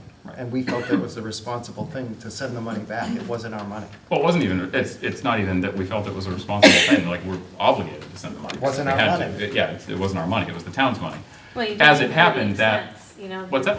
You didn't incur the Correct. expense. Exactly, that- exactly. But there's a that That's what I'm was saying all is, We get we criticized got, for sending the money well, back, well, so. I mean, back I up, think back up, that's back a- up. This is So gonna what I'm turn getting into a at, lot bigger of an issue if we start talking about it, because I can go on a very big, deep dive and, on why I make comments about certain things, and I know that was directed towards me. well, No, actually, I it's was, a narrative that's being put But out the there. narrative, I mean, it got- the narrative starts, and it's prompted, and it moves No, forward. no, but- Once again, Well, once well, again, guys, we're we're not not- gonna I'm talk gonna, about I'm any gonna of that. finish my thought. No, this is a joint meeting and I can speak about Ron, it just if so I you know, would you like. wanna Bob. finish your thought, don't cut me off. That's all I'm saying. I was in the middle of I will, explaining. Guys. okay, go ahead. No, I'm done, Okay, I'm done. so I'll finish my thought. I just think that it's irresponsible to just throw numbers around without context that is very important. And that context is very important to what happened last year. Correct. And That's no- all. In content, releasing a letter to the public before a meeting without depth of context, so everybody thinks budgetary constraints, look at the Board of Selectmen, look at Town Hall. It's simple as that, Ron, that's all I'm saying. I don't even know what that meant. My comments are reactions to letters released to the public, and the 45 calls I got this weekend trying to explain, I have no idea what the school's talking about in regards to budget constraints, in regards to fifth grade moving to the elementary school. That's where the comment you're referencing came from. My response to, I don't know, we haven't even discussed budget yet, how could this possibly be budgetary constraints? Well, Because so, we haven't sat down. hold on, okay. just So hold on, you're I'll let you missing go. the first half of the context, Okay, is what I'm but saying. they So was- I agree with you. Okay, but. I was a little but- unfounded, and I shouldn't have said what I Okay, said. fine, But no problem. But it's a Mr. trigger in response to an irresponsible and inappropriate release without detail and data. Okay, Yes, but I- Mr. Hinckley, I'm gonna finish my thought, Jesse, thanks. okay. There was context because a few weeks ago, the budget subcommittee had a meeting. Mr. Boucher was there, Mrs. Delgado was there, Jamie was there, and we were informed the ask was to have a no budget increase. So there were budgetary constraints presented to us, and we were working through that. So I don't know what you mean by you say it hadn't been presented to us. What I'm saying is, releasing the letter, and I understand the letter, and truthfully, I think fifth grade going to the elementary school is a great idea, simply because of the age. When you start the conversation that way with the public, and they see that, they don't have the context. Nobody watches budget subcommittee meetings, and they see what they get in the mail. They get a letter, and they see it, and they say, holy crap, what's going on? And then they panic all weekend until Tuesday. So, yes, I'm admitting that I was irresponsible in my response, but it's all because of how things are presented. And good, we're all about working together. But then something happens, and then I respond to it, because I get attacked. My board members get attacked. Town hall gets attacked. And I don't think anybody realizes the depth of this right now. So when you release information to the public without context, you can't assume that they're watching budget subcommittee meetings, FinCom meetings. You can't assume that they're watching your meetings. There's a lot of people here, 75 years old. They have no idea because they have no children in the school. And they're like, why would I randomly watch a school committee meeting? I'm not saying that's the right answer. What I'm saying is, every year, and this goes back to the dawn of time, with elected officials, schools, towns, and everything, it's always us against them. And I felt like that, and I spent all weekend diving through budgets looking for it. I was gonna speak tonight and say, you know what, after I spent 3 hours today going through this budget, yeah, we have higher admin costs than most, but if you look at all 351 municipalities in Massachusetts, in the Commonwealth, every single small district, K through 8, has high admin costs because it's relative to the budget. I'm not even here to nitpick about this. We're talking about solving problems. And all I'm saying is, I wasn't gonna bring anything up about it. I was actually gonna have a conversation with every one of you afterwards, and then you bring it up. And that's all I'm saying. There's context, there's reactions, and there's always gonna be me defending my board for the decisions that we have to make. Because, trust me, I lose sleep over this. Every single day I lose sleep over this, especially knowing that both my children are in this district. Most of the people I know have So children Bob, in let's this. move forward, okay? All I'm saying to you is, fine, Phil, you have a problem with the letter, I understand that people called you, but when we make statements on social media like that lack the context, then people take that and run in all kinds of directions. I with provide it, the context. Okay? Guys. I can go back to fiscal '23 all the way I up, understand. budget, I'm just- return, budget, I'd like to return, make- budget, return. Okay, I'd And we like to can make a come point. consensus. May I? You know, for average, $350,000 a year has gone to the schools. This is the first time I've seen all these positions. As far as I knew, last year after town meeting with the 155, we saved 2, and I was told that all the teachers were back to work. Well, no, they applied, they got other jobs in the Correct. school, but we still had a decrease in Correct. headcount. And once again, it goes back to context. And I'm not nitpicking this, and I'm not saying this isn't a bad list. You know, I'm not saying this isn't heartbreaking. What I'm saying is, in the grand scheme of things, it says you lost 6 positions. You didn't lose 6 employees, though. No, but But, that's. no, I think that's a very good point of clarity. And Correct. I'm not justifying trying to say, okay, now we really need to lose 6. I don't feel that way. Right. I absolutely do not feel that way.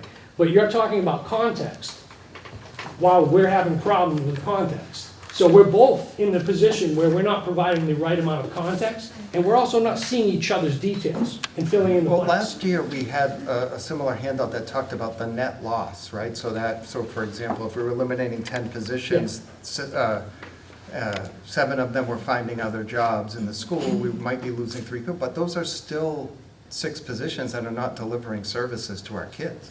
Correct, but it's how you approach it. And that's all I'm saying. If you're gonna, I don't wanna use the word question. That's not really what I'm getting at. Hold that thought. What I'm saying is, if you're going to, this is not an attack, and I'm agreeing with you ultimately, it's just gonna take me a little bit to get there.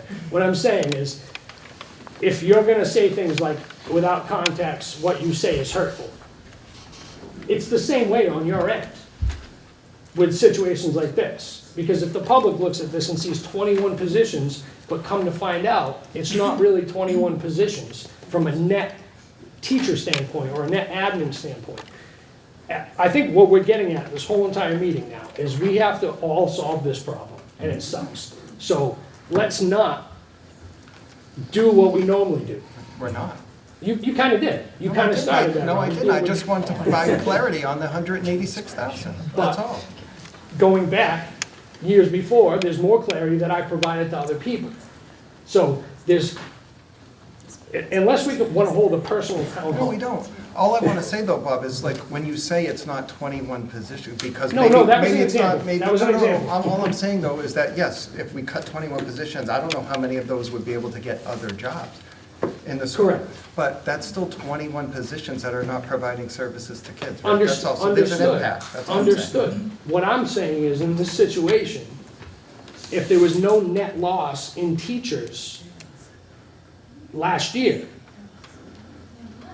and then when I look at this confuses me, who's been involved with this for 4 years. So the public's also gonna feel a little bit of confusion. Well, I just want to say, and I don't want to go back and forth, but I think what would be really helpful is if people have questions moving forward on specifics, call me, call my office, call the school. But I think we need to start staying in our lanes, because what happens is we're answering things and saying things and it's not true, and people are getting very confused. That's why I try to be as transparent as possible with that letter, so that people did understand what was going on. We got great response from families. People are very happy that 5th grade is moving over, but it also greatly impacts our teachers because they're not licensed. So we're working very hard with them. They're very understanding. But we initially did this because we were told we had to come up with level funding, even though we couldn't, but that was a way to reduce positions in a way that we could live with. And it was also a decision that was good for children, but it was not a knock at the town in any way. It was just saying, we looked at our budget, we want to do this, and I believe in the letter it also said this is also good for kids. Yeah, correct, it did. Okay. I thought it would, once again, I actually support it fully, just based on the age group between 5th grade and 8th grade. I 100% believe that it should have never left the elementary school. Obviously, size, building size, capacity, and everything like that. completely separate from the occasion. Is that factored into the level service budget, the move to the 5th grade? Is that already been factored in or no? It's factored in to the To the constraint-based constraint, budget. Constraint. I mean, And when you ultimately, have I, 100, let me just explain one Yes, thing. I was- Right now, currently, just to give you an example, we have 2 ELA 5th grade teachers, 2 math 5th grade teachers, and 1 combined social and science teacher. So we have 5 teachers at the middle school. By going over to the elementary school, we're bringing that down to 4 teachers, so that's an automatic cut that we're able to do because they're more self-contained classrooms. We also have to look at the fact that we'll have 100 less kids at the middle school, so there's gonna be other ways that we can save, and that's why we were able to get down to those 8 positions, because there are ways that we can look at reducing because there's 100 less kids needing service in the middle school. So that's just one example of how it is related to the budget, but it's also good for kids. So it's twofold. It's just the reality and it's just being transparent. Jamie's been waiting, we should let him talk. No matter whether you pass a Proposition 2.5 override or not, going forward in this process, you have to create a balanced budget, and if you're going forward with a 2.5 override, then a 2.5 override budget. But you're going to have to create a balanced budget. So that means that you folks are going to have to get together and figure out where you're going to cut. I mean, we have, We've done that. that's. Well, that's- just to clarify, Jamie, are you saying that the constraint-driven budget is not an option? I mean, it's not, you won't create a balanced budget that way. I don't think that The only way at to this do a point the constraint town is is capable of creating a balanced budget unless there are sweeping cuts Correct. across all departments. Correct, I mean, that's the reality of the situation. correct. So if the constraint-based budget that we've proposed as a compromise is not gonna be a workable solution, no matter how the deck of cards gets cut, well, I mean, we're looking at a substantial number more layoffs than 8. And I hate to see that happen. Can I just say one thing real quick? Yeah. Dave, you said that everything was on the table earlier, and I know you also said that trash collection was not an option. But I look here at the numbers from the town, trash collection, it looks like is going up almost $40,000. And Patrick last year did a whole study of this, and it would, if the town did trash collection, it would raise $1 million for the town. I don't know of any other towns nearby that don't have charging, and I'm not saying I want to tax people. That's a backdoor override, really. I mean, it's, And that's a one-year it's fixed a operating. tax by another name, That's a is one- really. that's It's a tax by one-year number. fix. Yeah, I mean, I'm just trying to come up with It's a solutions. one-year fix. If we Yeah. bring Still in- getting additional I revenue. paid But it fixes the budget. 99 a quarter. It's there. What are your taxes? They still do Now, have, you've now baked these things. Well, I'm it- not saying yeah. inflation may take high out of that. Just raise your hand up high and say, excuse me, Mr. Chairman. I just wanted to add that, with the students that we have now, we do have an influx of special needs children with a diagnosis, whether it be mental health or developmental delays, who need additional supports, and that's something we can't mess with. I mean, our kids need support, there's assistive technology that's needed, the staffing, training for the staff in order to support those children, and I think that that's something that we have to consider too. When we talk about these increases here, well, we have had an influx, and we need to support those children, and I think we're trying to be creative with it. I mean, this is for myself, not speaking for anybody else, but I'm a firm believer in inclusion and trying to make that work, and so that our students can be a part of the full community. And so we are trying to navigate that and try to look at that as options too, like can we rearrange things so that it works with what we have and support our students. And I think we are all here for the same reason. We want this town to be successful. We love this town, and that's why we're here. But it has been okay, us against them, and we really do need to work together in order to make this work. I'm nervous for what's gonna happen, terrified for our students.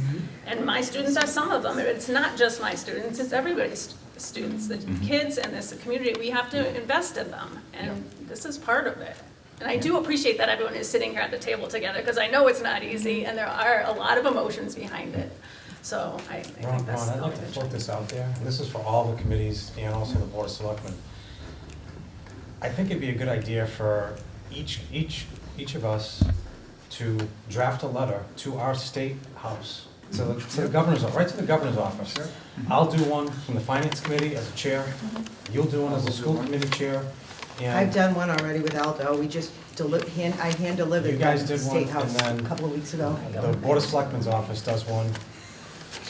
We have to start speaking up with the state Would it be house. better served if we did one and we all signed off on it together? Yeah, like that. we do that too. But I think we're at that point now where we actually have to ask for more help.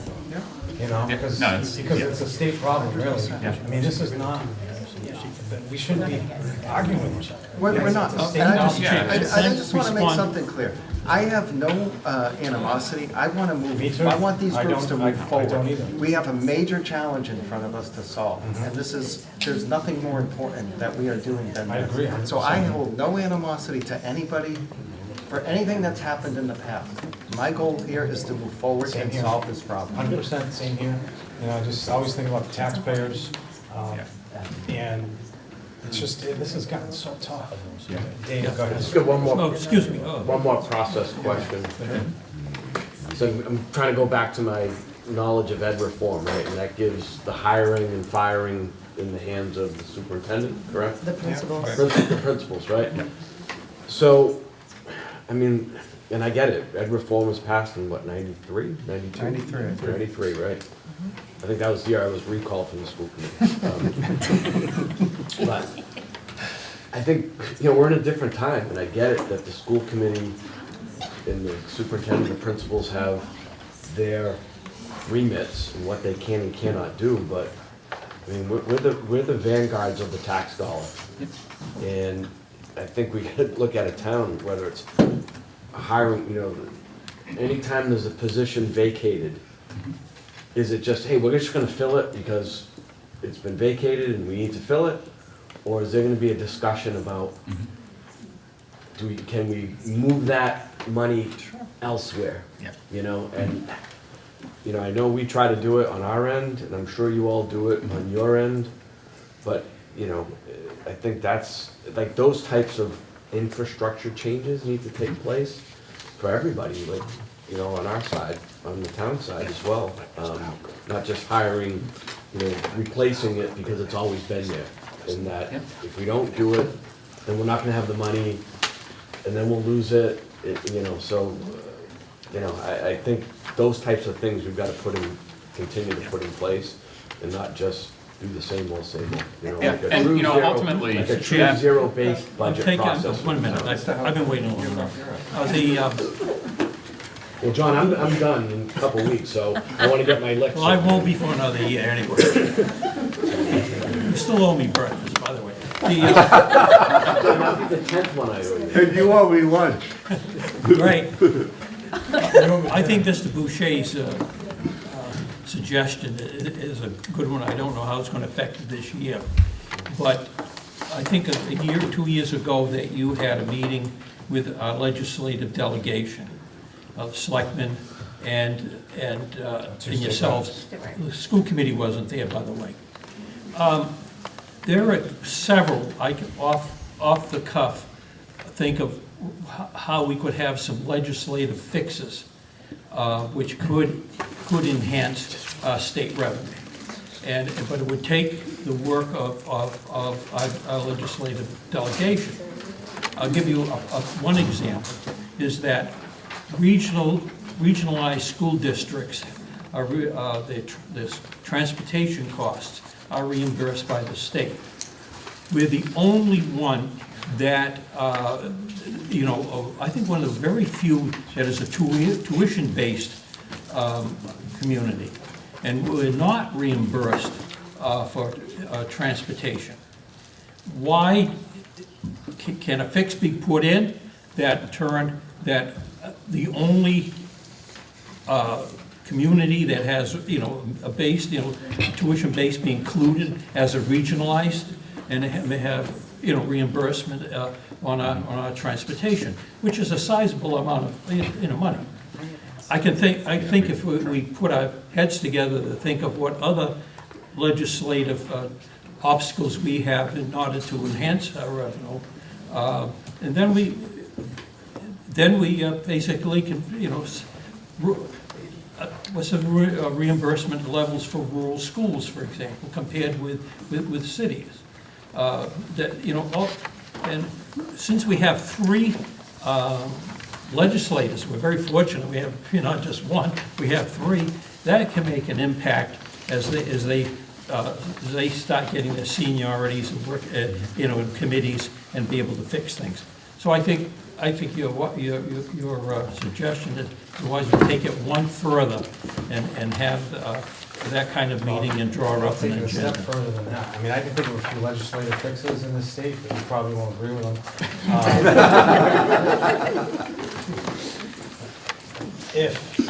I think one of our committees should demand that the state perform the audit that the voters requested. How much money would that actually review? I mean, I'm willing to draft a letter. Is anybody here else willing to sign one? If I draft a letter to the State House demanding an audit, because I think if the state can find some money, and there's fraud that's going on, that can benefit our schools and our towns. I mean, we gotta do something. I mean, besides, constantly banging our heads against the wall, and the voters wanted it, but it's like, where is it?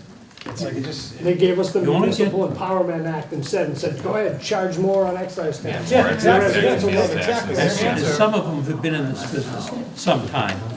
It takes a lot more than letters to get action. Well, It it's a takes, start. don't let me finish, It's a it takes a start. little bit of twisting. Okay? It takes a reason and twisting. I'll tell you what, the protest that should go on in the state is taxpayers marching down to the State House demanding the audit, basically.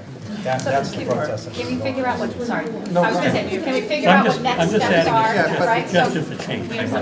We have two people signed up for a comment. Can we make them like a comment? Yeah, I'm done. I'm done speaking. I'm done speaking. All right, Lisa Calvarlo, can I just, You're already gonna give me 3 minutes? you have 3 minutes? Just waited so. Please, it needs to be relevant to the agenda. It's always item. relevant, Sharon. I appreciate what everybody does here. I know it's not easy. We sit here every year. This isn't my first rodeo. I've been here for 30 years. I can remember years when the Finance Committee asked Kristen how much oil was in the oil tank because we were so short on money in the town. But the big question that comes up all the time is like, we get here, last year that $155,000 that we went back and asked for was a total wheel and deal at town meeting. Mr. Gaspard, we were talking about the whole street sweeper. It was like a wheel and deal. We don't need to take it from here. We don't need to take it from there. That could have all been discussed before we actually got to that point where we had to hold signs and stand out at town hall for people to know that people were losing their jobs. People just we're all saying the same thing to each other. Instead of listening to respond all the time, we should be listening to understand each other. Because ultimately, the only people that lose are the kids and taxpayers. 21 cuts to our system. I've been here for 30 years. This is the most difficult year I've had in teaching in my whole career. There's an influx of students that are coming in. They're dysregulated. I've been kicked, punched, stomped on this year. I didn't sign up for that back in 1992 when I signed up to be a teacher. And that's the kind of stuff that we're seeing. And those are the kinds of things that need to be funded. We need the staff. That's why you're looking at the sped costs and you're seeing the influx of paras, because some of these kids need a one-on-one para. I look around the room at who is here. A lot of us are at that cusp of retirement, where in the next 3 to 7 years, a lot of us are gonna be gone. And who is gonna wanna work in Acushnet when your neck is on the chopping block every single year? You're not gonna get the staff that you have now. You're not gonna see the scores that you get with the staff that is here.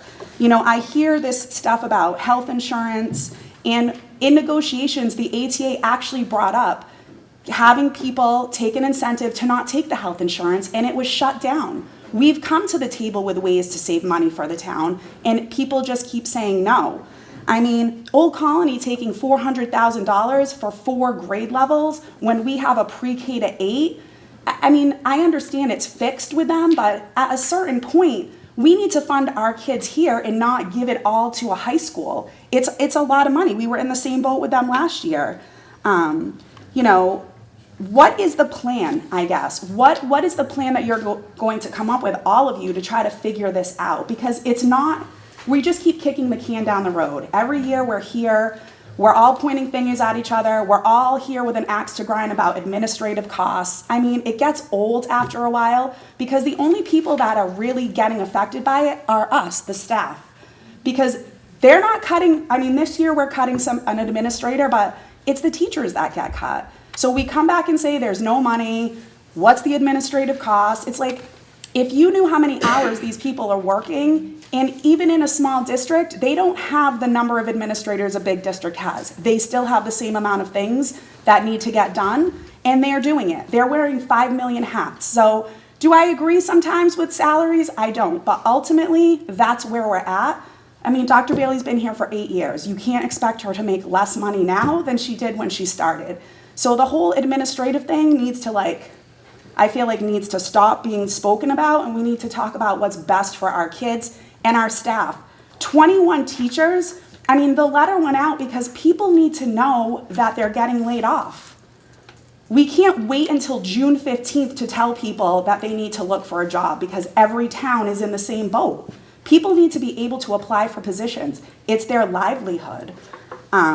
You know, I respect the fact that that was one of the things that she did and is moving people over to our school, but it makes a lot of turmoil.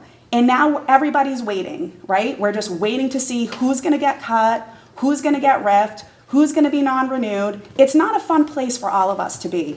And when you talk about health insurance and health insurance costs, when we access it more, the rates go up for you and for us. So when we're all under this great amount of stress, or we're being hurt at work because it's a safety issue, because we don't have the right amount of staff, it's gonna continue to go up for the town as well as for people, and then we're gonna be even more short-staffed than we already are.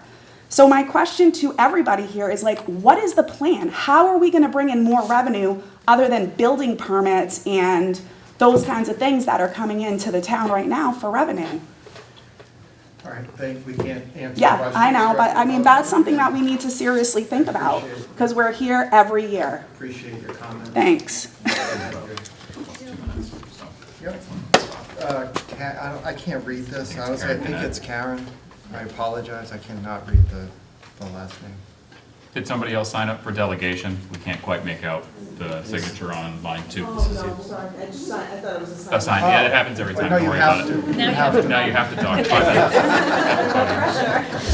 Right. All right, I appreciate it, that's an important part of the meeting. Mr. Boucher, I think you were asking me earlier, so our public hearing on budget, which is required, is currently scheduled for April 29. Correct.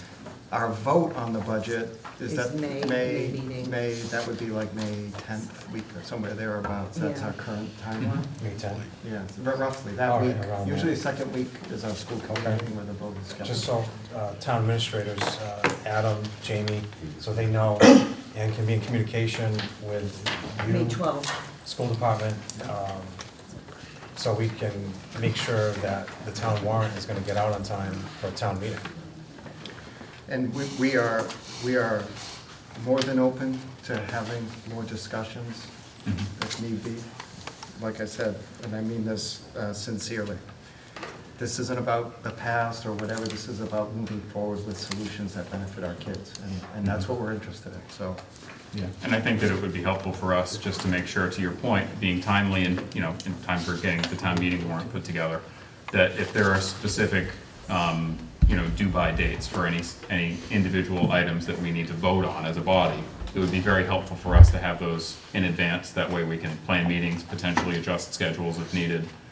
We just don't want to have everything pushed to the 11th hour just because there's a misunderstanding about when the FinCom or the town needs information from us. Mr. Kelly, do you want to add anything about the time frame? Yeah, the warrant's closing the 6th of May. The Board of Selectmen is looking at this in the next 3 weeks after that. I have to have it to council and the newspapers by I believe the 21st of May, 22nd. And I'm doing this from the top of my head. Yeah. And it print last date is May 26th. So we have to have 3 or 4 days to mock it up before that. So we'd say absolute dead drop date for all budgetary That's discussions for the whole town Yep. would be the 22nd? I'd say, give me the 20th. Absolute dead drop date, last. Give me the 20th. 20th, okay. 20th. What day of the week is that? Let's just make sure we're all. It's a Saturday. It's a Saturday, okay, so we're not gonna do a Saturday. It give it to is them Monday. May 20th is a Wednesday, which I think, is that when Select is planning on moving their weekly meetings to? I believe so. Okay, so So- maybe having it a Friday. day's notice to that Select meeting, is that a fair? Minimum, I'm You saying. need 48 hours if you want to be on the agenda. You have to clear it with the chairman at the time, of course, but as long as you let them know 48 hours before, can- preferably with Is Chairman Gasper. Mr. Gasper gonna? Mr. Gasper is currently chair. I would give him, he likes to have everything ready to go in a book by Friday. So, Yeah. Thursday. I think having ballparks right now is good, but making sure that we keep an open discussion around it, moving up till that date is really gonna be critical, especially with Mr. Gaspar taking over the role of chair, so. Given the current state of the financial situation in town, I'm just clarifying that I'm planning to move forward with a constraint-driven budget at this time, which will mean 8 reductions. I'm notifying people as early as tomorrow, and I'm hoping that we can agree on that. This is a reluctant recommendation. It's not what I want. We would prefer, obviously, the level service, but I think, and then we can continue to look at some other things as we've discussed tonight, but just in full transparency, the school district will be moving forward with a constraint-driven budget, which will include 8 reductions. And I want to remind people that we have more than 916 kids in front of us every day that need those adults in front of them. And as Ms. Cavallo said tonight, we have children coming in with greater needs. They're dysregulated. We need the bodies, so when it's easy to say, well, you just have to cut, it's not easy when you have over 900 kids in front of you every single day, and we have to service those kids. So please keep that in mind. We don't take this lightly, but we absolutely can't do a level funded budget. It will hurt kids. So Jamie, does that mean $1 million on the town side? That- So where's that coming? Which No, way? well, Double, that right? means considerably more on the town side. That means Close to $1 million? we'd have to cut $2 million on the town side for the $1 million constraint budget, because you're looking at mandated costs for elections, you're looking at Old Colony, which is coming in at 410 on an assessment that we have to pay. So $2 million on the town side?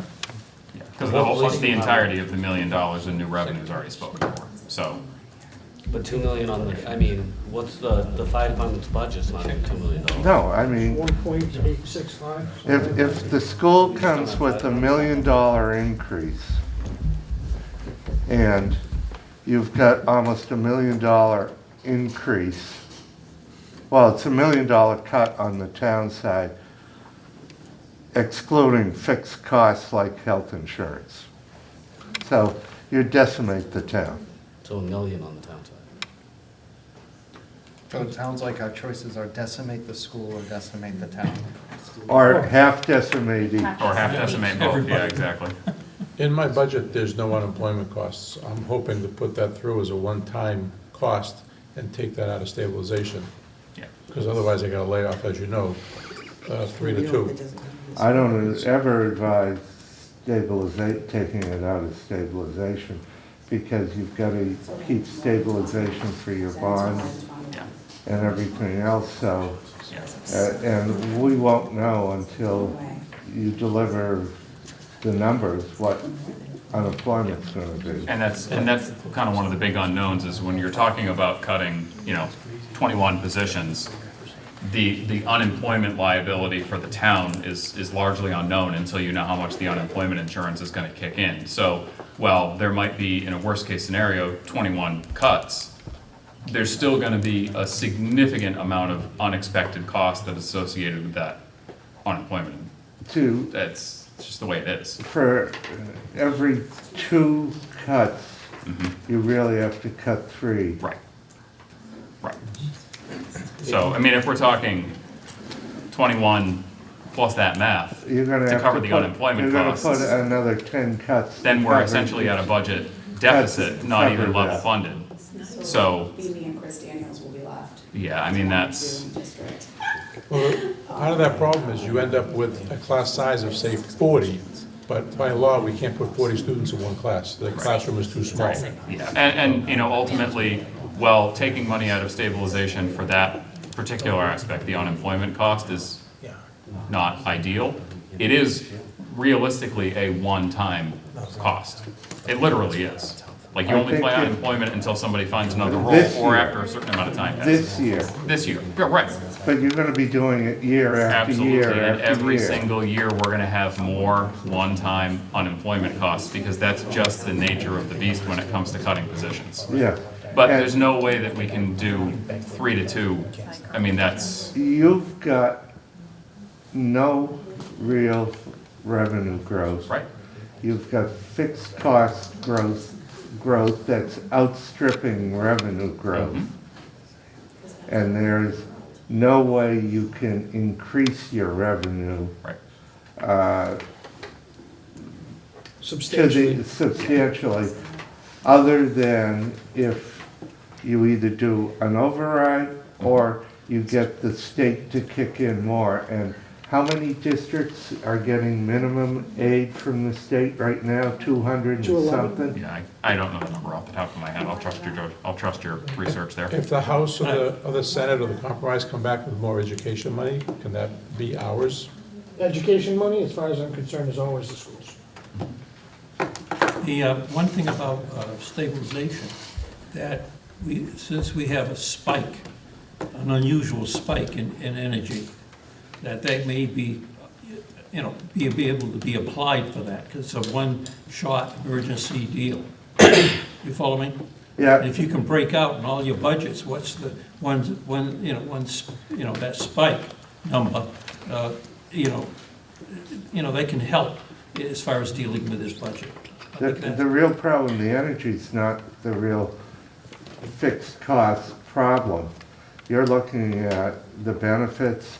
You're looking at $100,000 a year for increase from Bristol County retirement, just so they can meet the mandated target down the road a piece to be funded. So when you look at all these costs just dominoing up, that is your problem. You're stuck between, in effect, 750,000 and 950,000 in increased revenue year over year.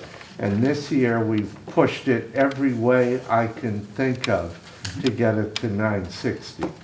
And I mean, realistically, that's the point that I made at the beginning of the meeting, is if we level fund this year, we will essentially need to level fund next year. And because of contractual obligations and cost increases, if we maintain level funding year over year and we do 21 cuts this year, not even taking into account the unemployment consideration, well, now, if we math out the math, and we're looking at another 8, 10, 12 cuts next year because we need level funding, like, there's no end in sight. There really is no end in sight.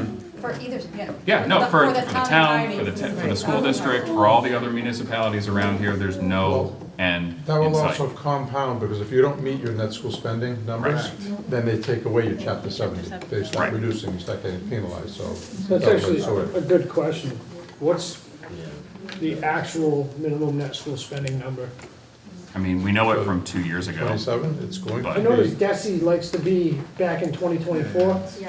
Like, Well, so essentially, it takes 2 years before all the numbers are certified by DESI, and they tell you what your net school spending minimum was for, 2 years prior.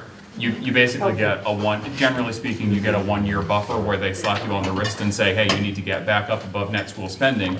And if you were $100,000 short this year, you have to pay that $100,000 back the following year. If you still fall below net school spending, that's when you start losing access to Chapter 70 money, you can start losing access to other state aid, We've and never things done that. completely snowball. We've never gone below net school spending. I mean, I don't know whatever, I can't speak to that. I know that the reason that comes up is that's the conversation that Fairhaven is having right now. Aldo, We what's the went number? below net school spending once. 17,200,704. Right. thank you. So when we And that's- estimate. Remember, that's not including transportation. Devastating. Right. Yeah, when we estimate for what the net school spending minimum is gonna be, there has to be a slop of sometimes up to $500,000 on what that number is gonna be. Because what'll happen is, if, let's say we estimate that net school spending is gonna be on the dollar.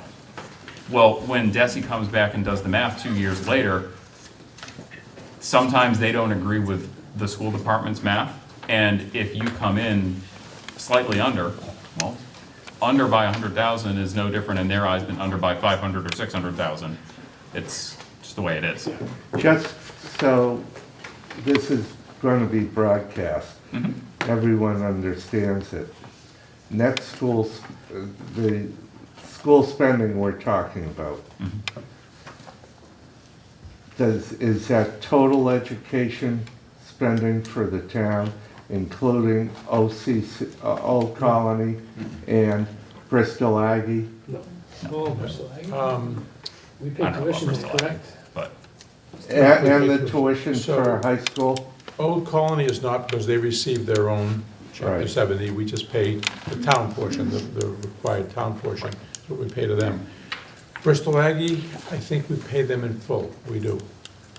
So they're similar to the tuition. Yes. So when we talk about, I'm just, so everybody understands it out in TV land, when we talk about net school spending, we're excluding Old Colony, and we're including all of the others. Yes. yes. Yeah, that all comes out into the tuitions piece. So DESI is looking to make sure that Acushnet Public Schools meets their required minimum net school spending for the spending from the schools, from the school budget, plus any costs that the town pays on behalf of the school, such as health insurance, pension, some liability insurance, any debt, principal and interest. So it's looking to see, so when there's a report that's filed every year, that the business manager will say, this is what we spent in the budget, in the grants, everything that you spent, and you add in the town costs, and then DESI will say whether or not you met minimum net school spending, which is, the state says, the adequate amount needed for the school, for an adequate education. Now, we can all say that we don't want an adequate education. Yeah, that's the bare minimum And it's the required minimum for needed what for an they adequate, so deem as it's not a adequate. good situation.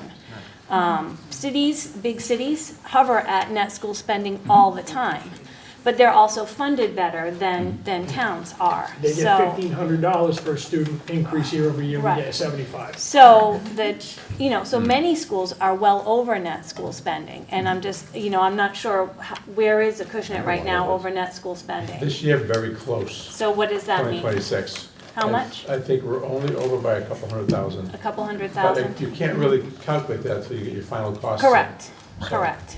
And as you said, sometimes at the end of the year, you have purchases that you're making that may come in less than what you thought. Right. And when you're really right at net school spending, that's when you get into jeopardy. If what you thought you were going to spend with some, purchase orders at the very end of the fiscal year, they come in less, or you're not able to procure it or whatever, then you get into trouble and get your penalty, as we said. And like I said, the first year, the penalty is, typically speaking, they give you a sound slap on the wrist and say you have to repay that money in the next school year's budget, like you're obligated to. And if you still fall below net school spending, then you lose state funding. And if you lose state funding, that's when you're at risk of them coming in and taking. But by the way, that's typically what happens. You don't know what's It doesn't gonna happen often. No. It's very rare. Go ahead. No, sorry, when you said over 200, that was with or without the town, the health insurance and stuff? That's with. That's with. That's with. Thank you. Well, and like for next year, I estimated what Jamie had said, about 18% increase. Oh, yes, there are years that we were like 700,000 over. I looked at prior years, but that number's been getting smaller and smaller as the budget's getting more constrained. You gotta get to the point where you might be upside down and you need to make it up, so. And I want to be clear that when I said the town has to plan to be, I said 500,000, that was just a rough number. I'm not saying that's the number in this district. That's the number that has specifically been called out in Fairhaven, which, to be fair, is a much larger district. Larger district is going to mean that the slop value, so to speak, to stay above that net school spending minimum by nature has to be a larger dollar value. I was just making a point that you can't plan to fund on the button at net school spending, and it needs to be significantly over that because of some of the points that were just made. Well, it raises a whole not different finding question, the is what, are we gonna deliver the bare minimum to our, but that's a whole different That's- discussion. yeah. So, it's getting late, if we have anything new, maybe we can add it, but if we don't, I would say can I have a motion to adjourn the school committee meeting? I'll second. Then we'll do a roll call. Mr. Hood? Yes. Mrs. Cordero? Yes. Mr. Ellis? Yes. Mrs. McGuinn? Yes. And Mr. Halpern? Yes.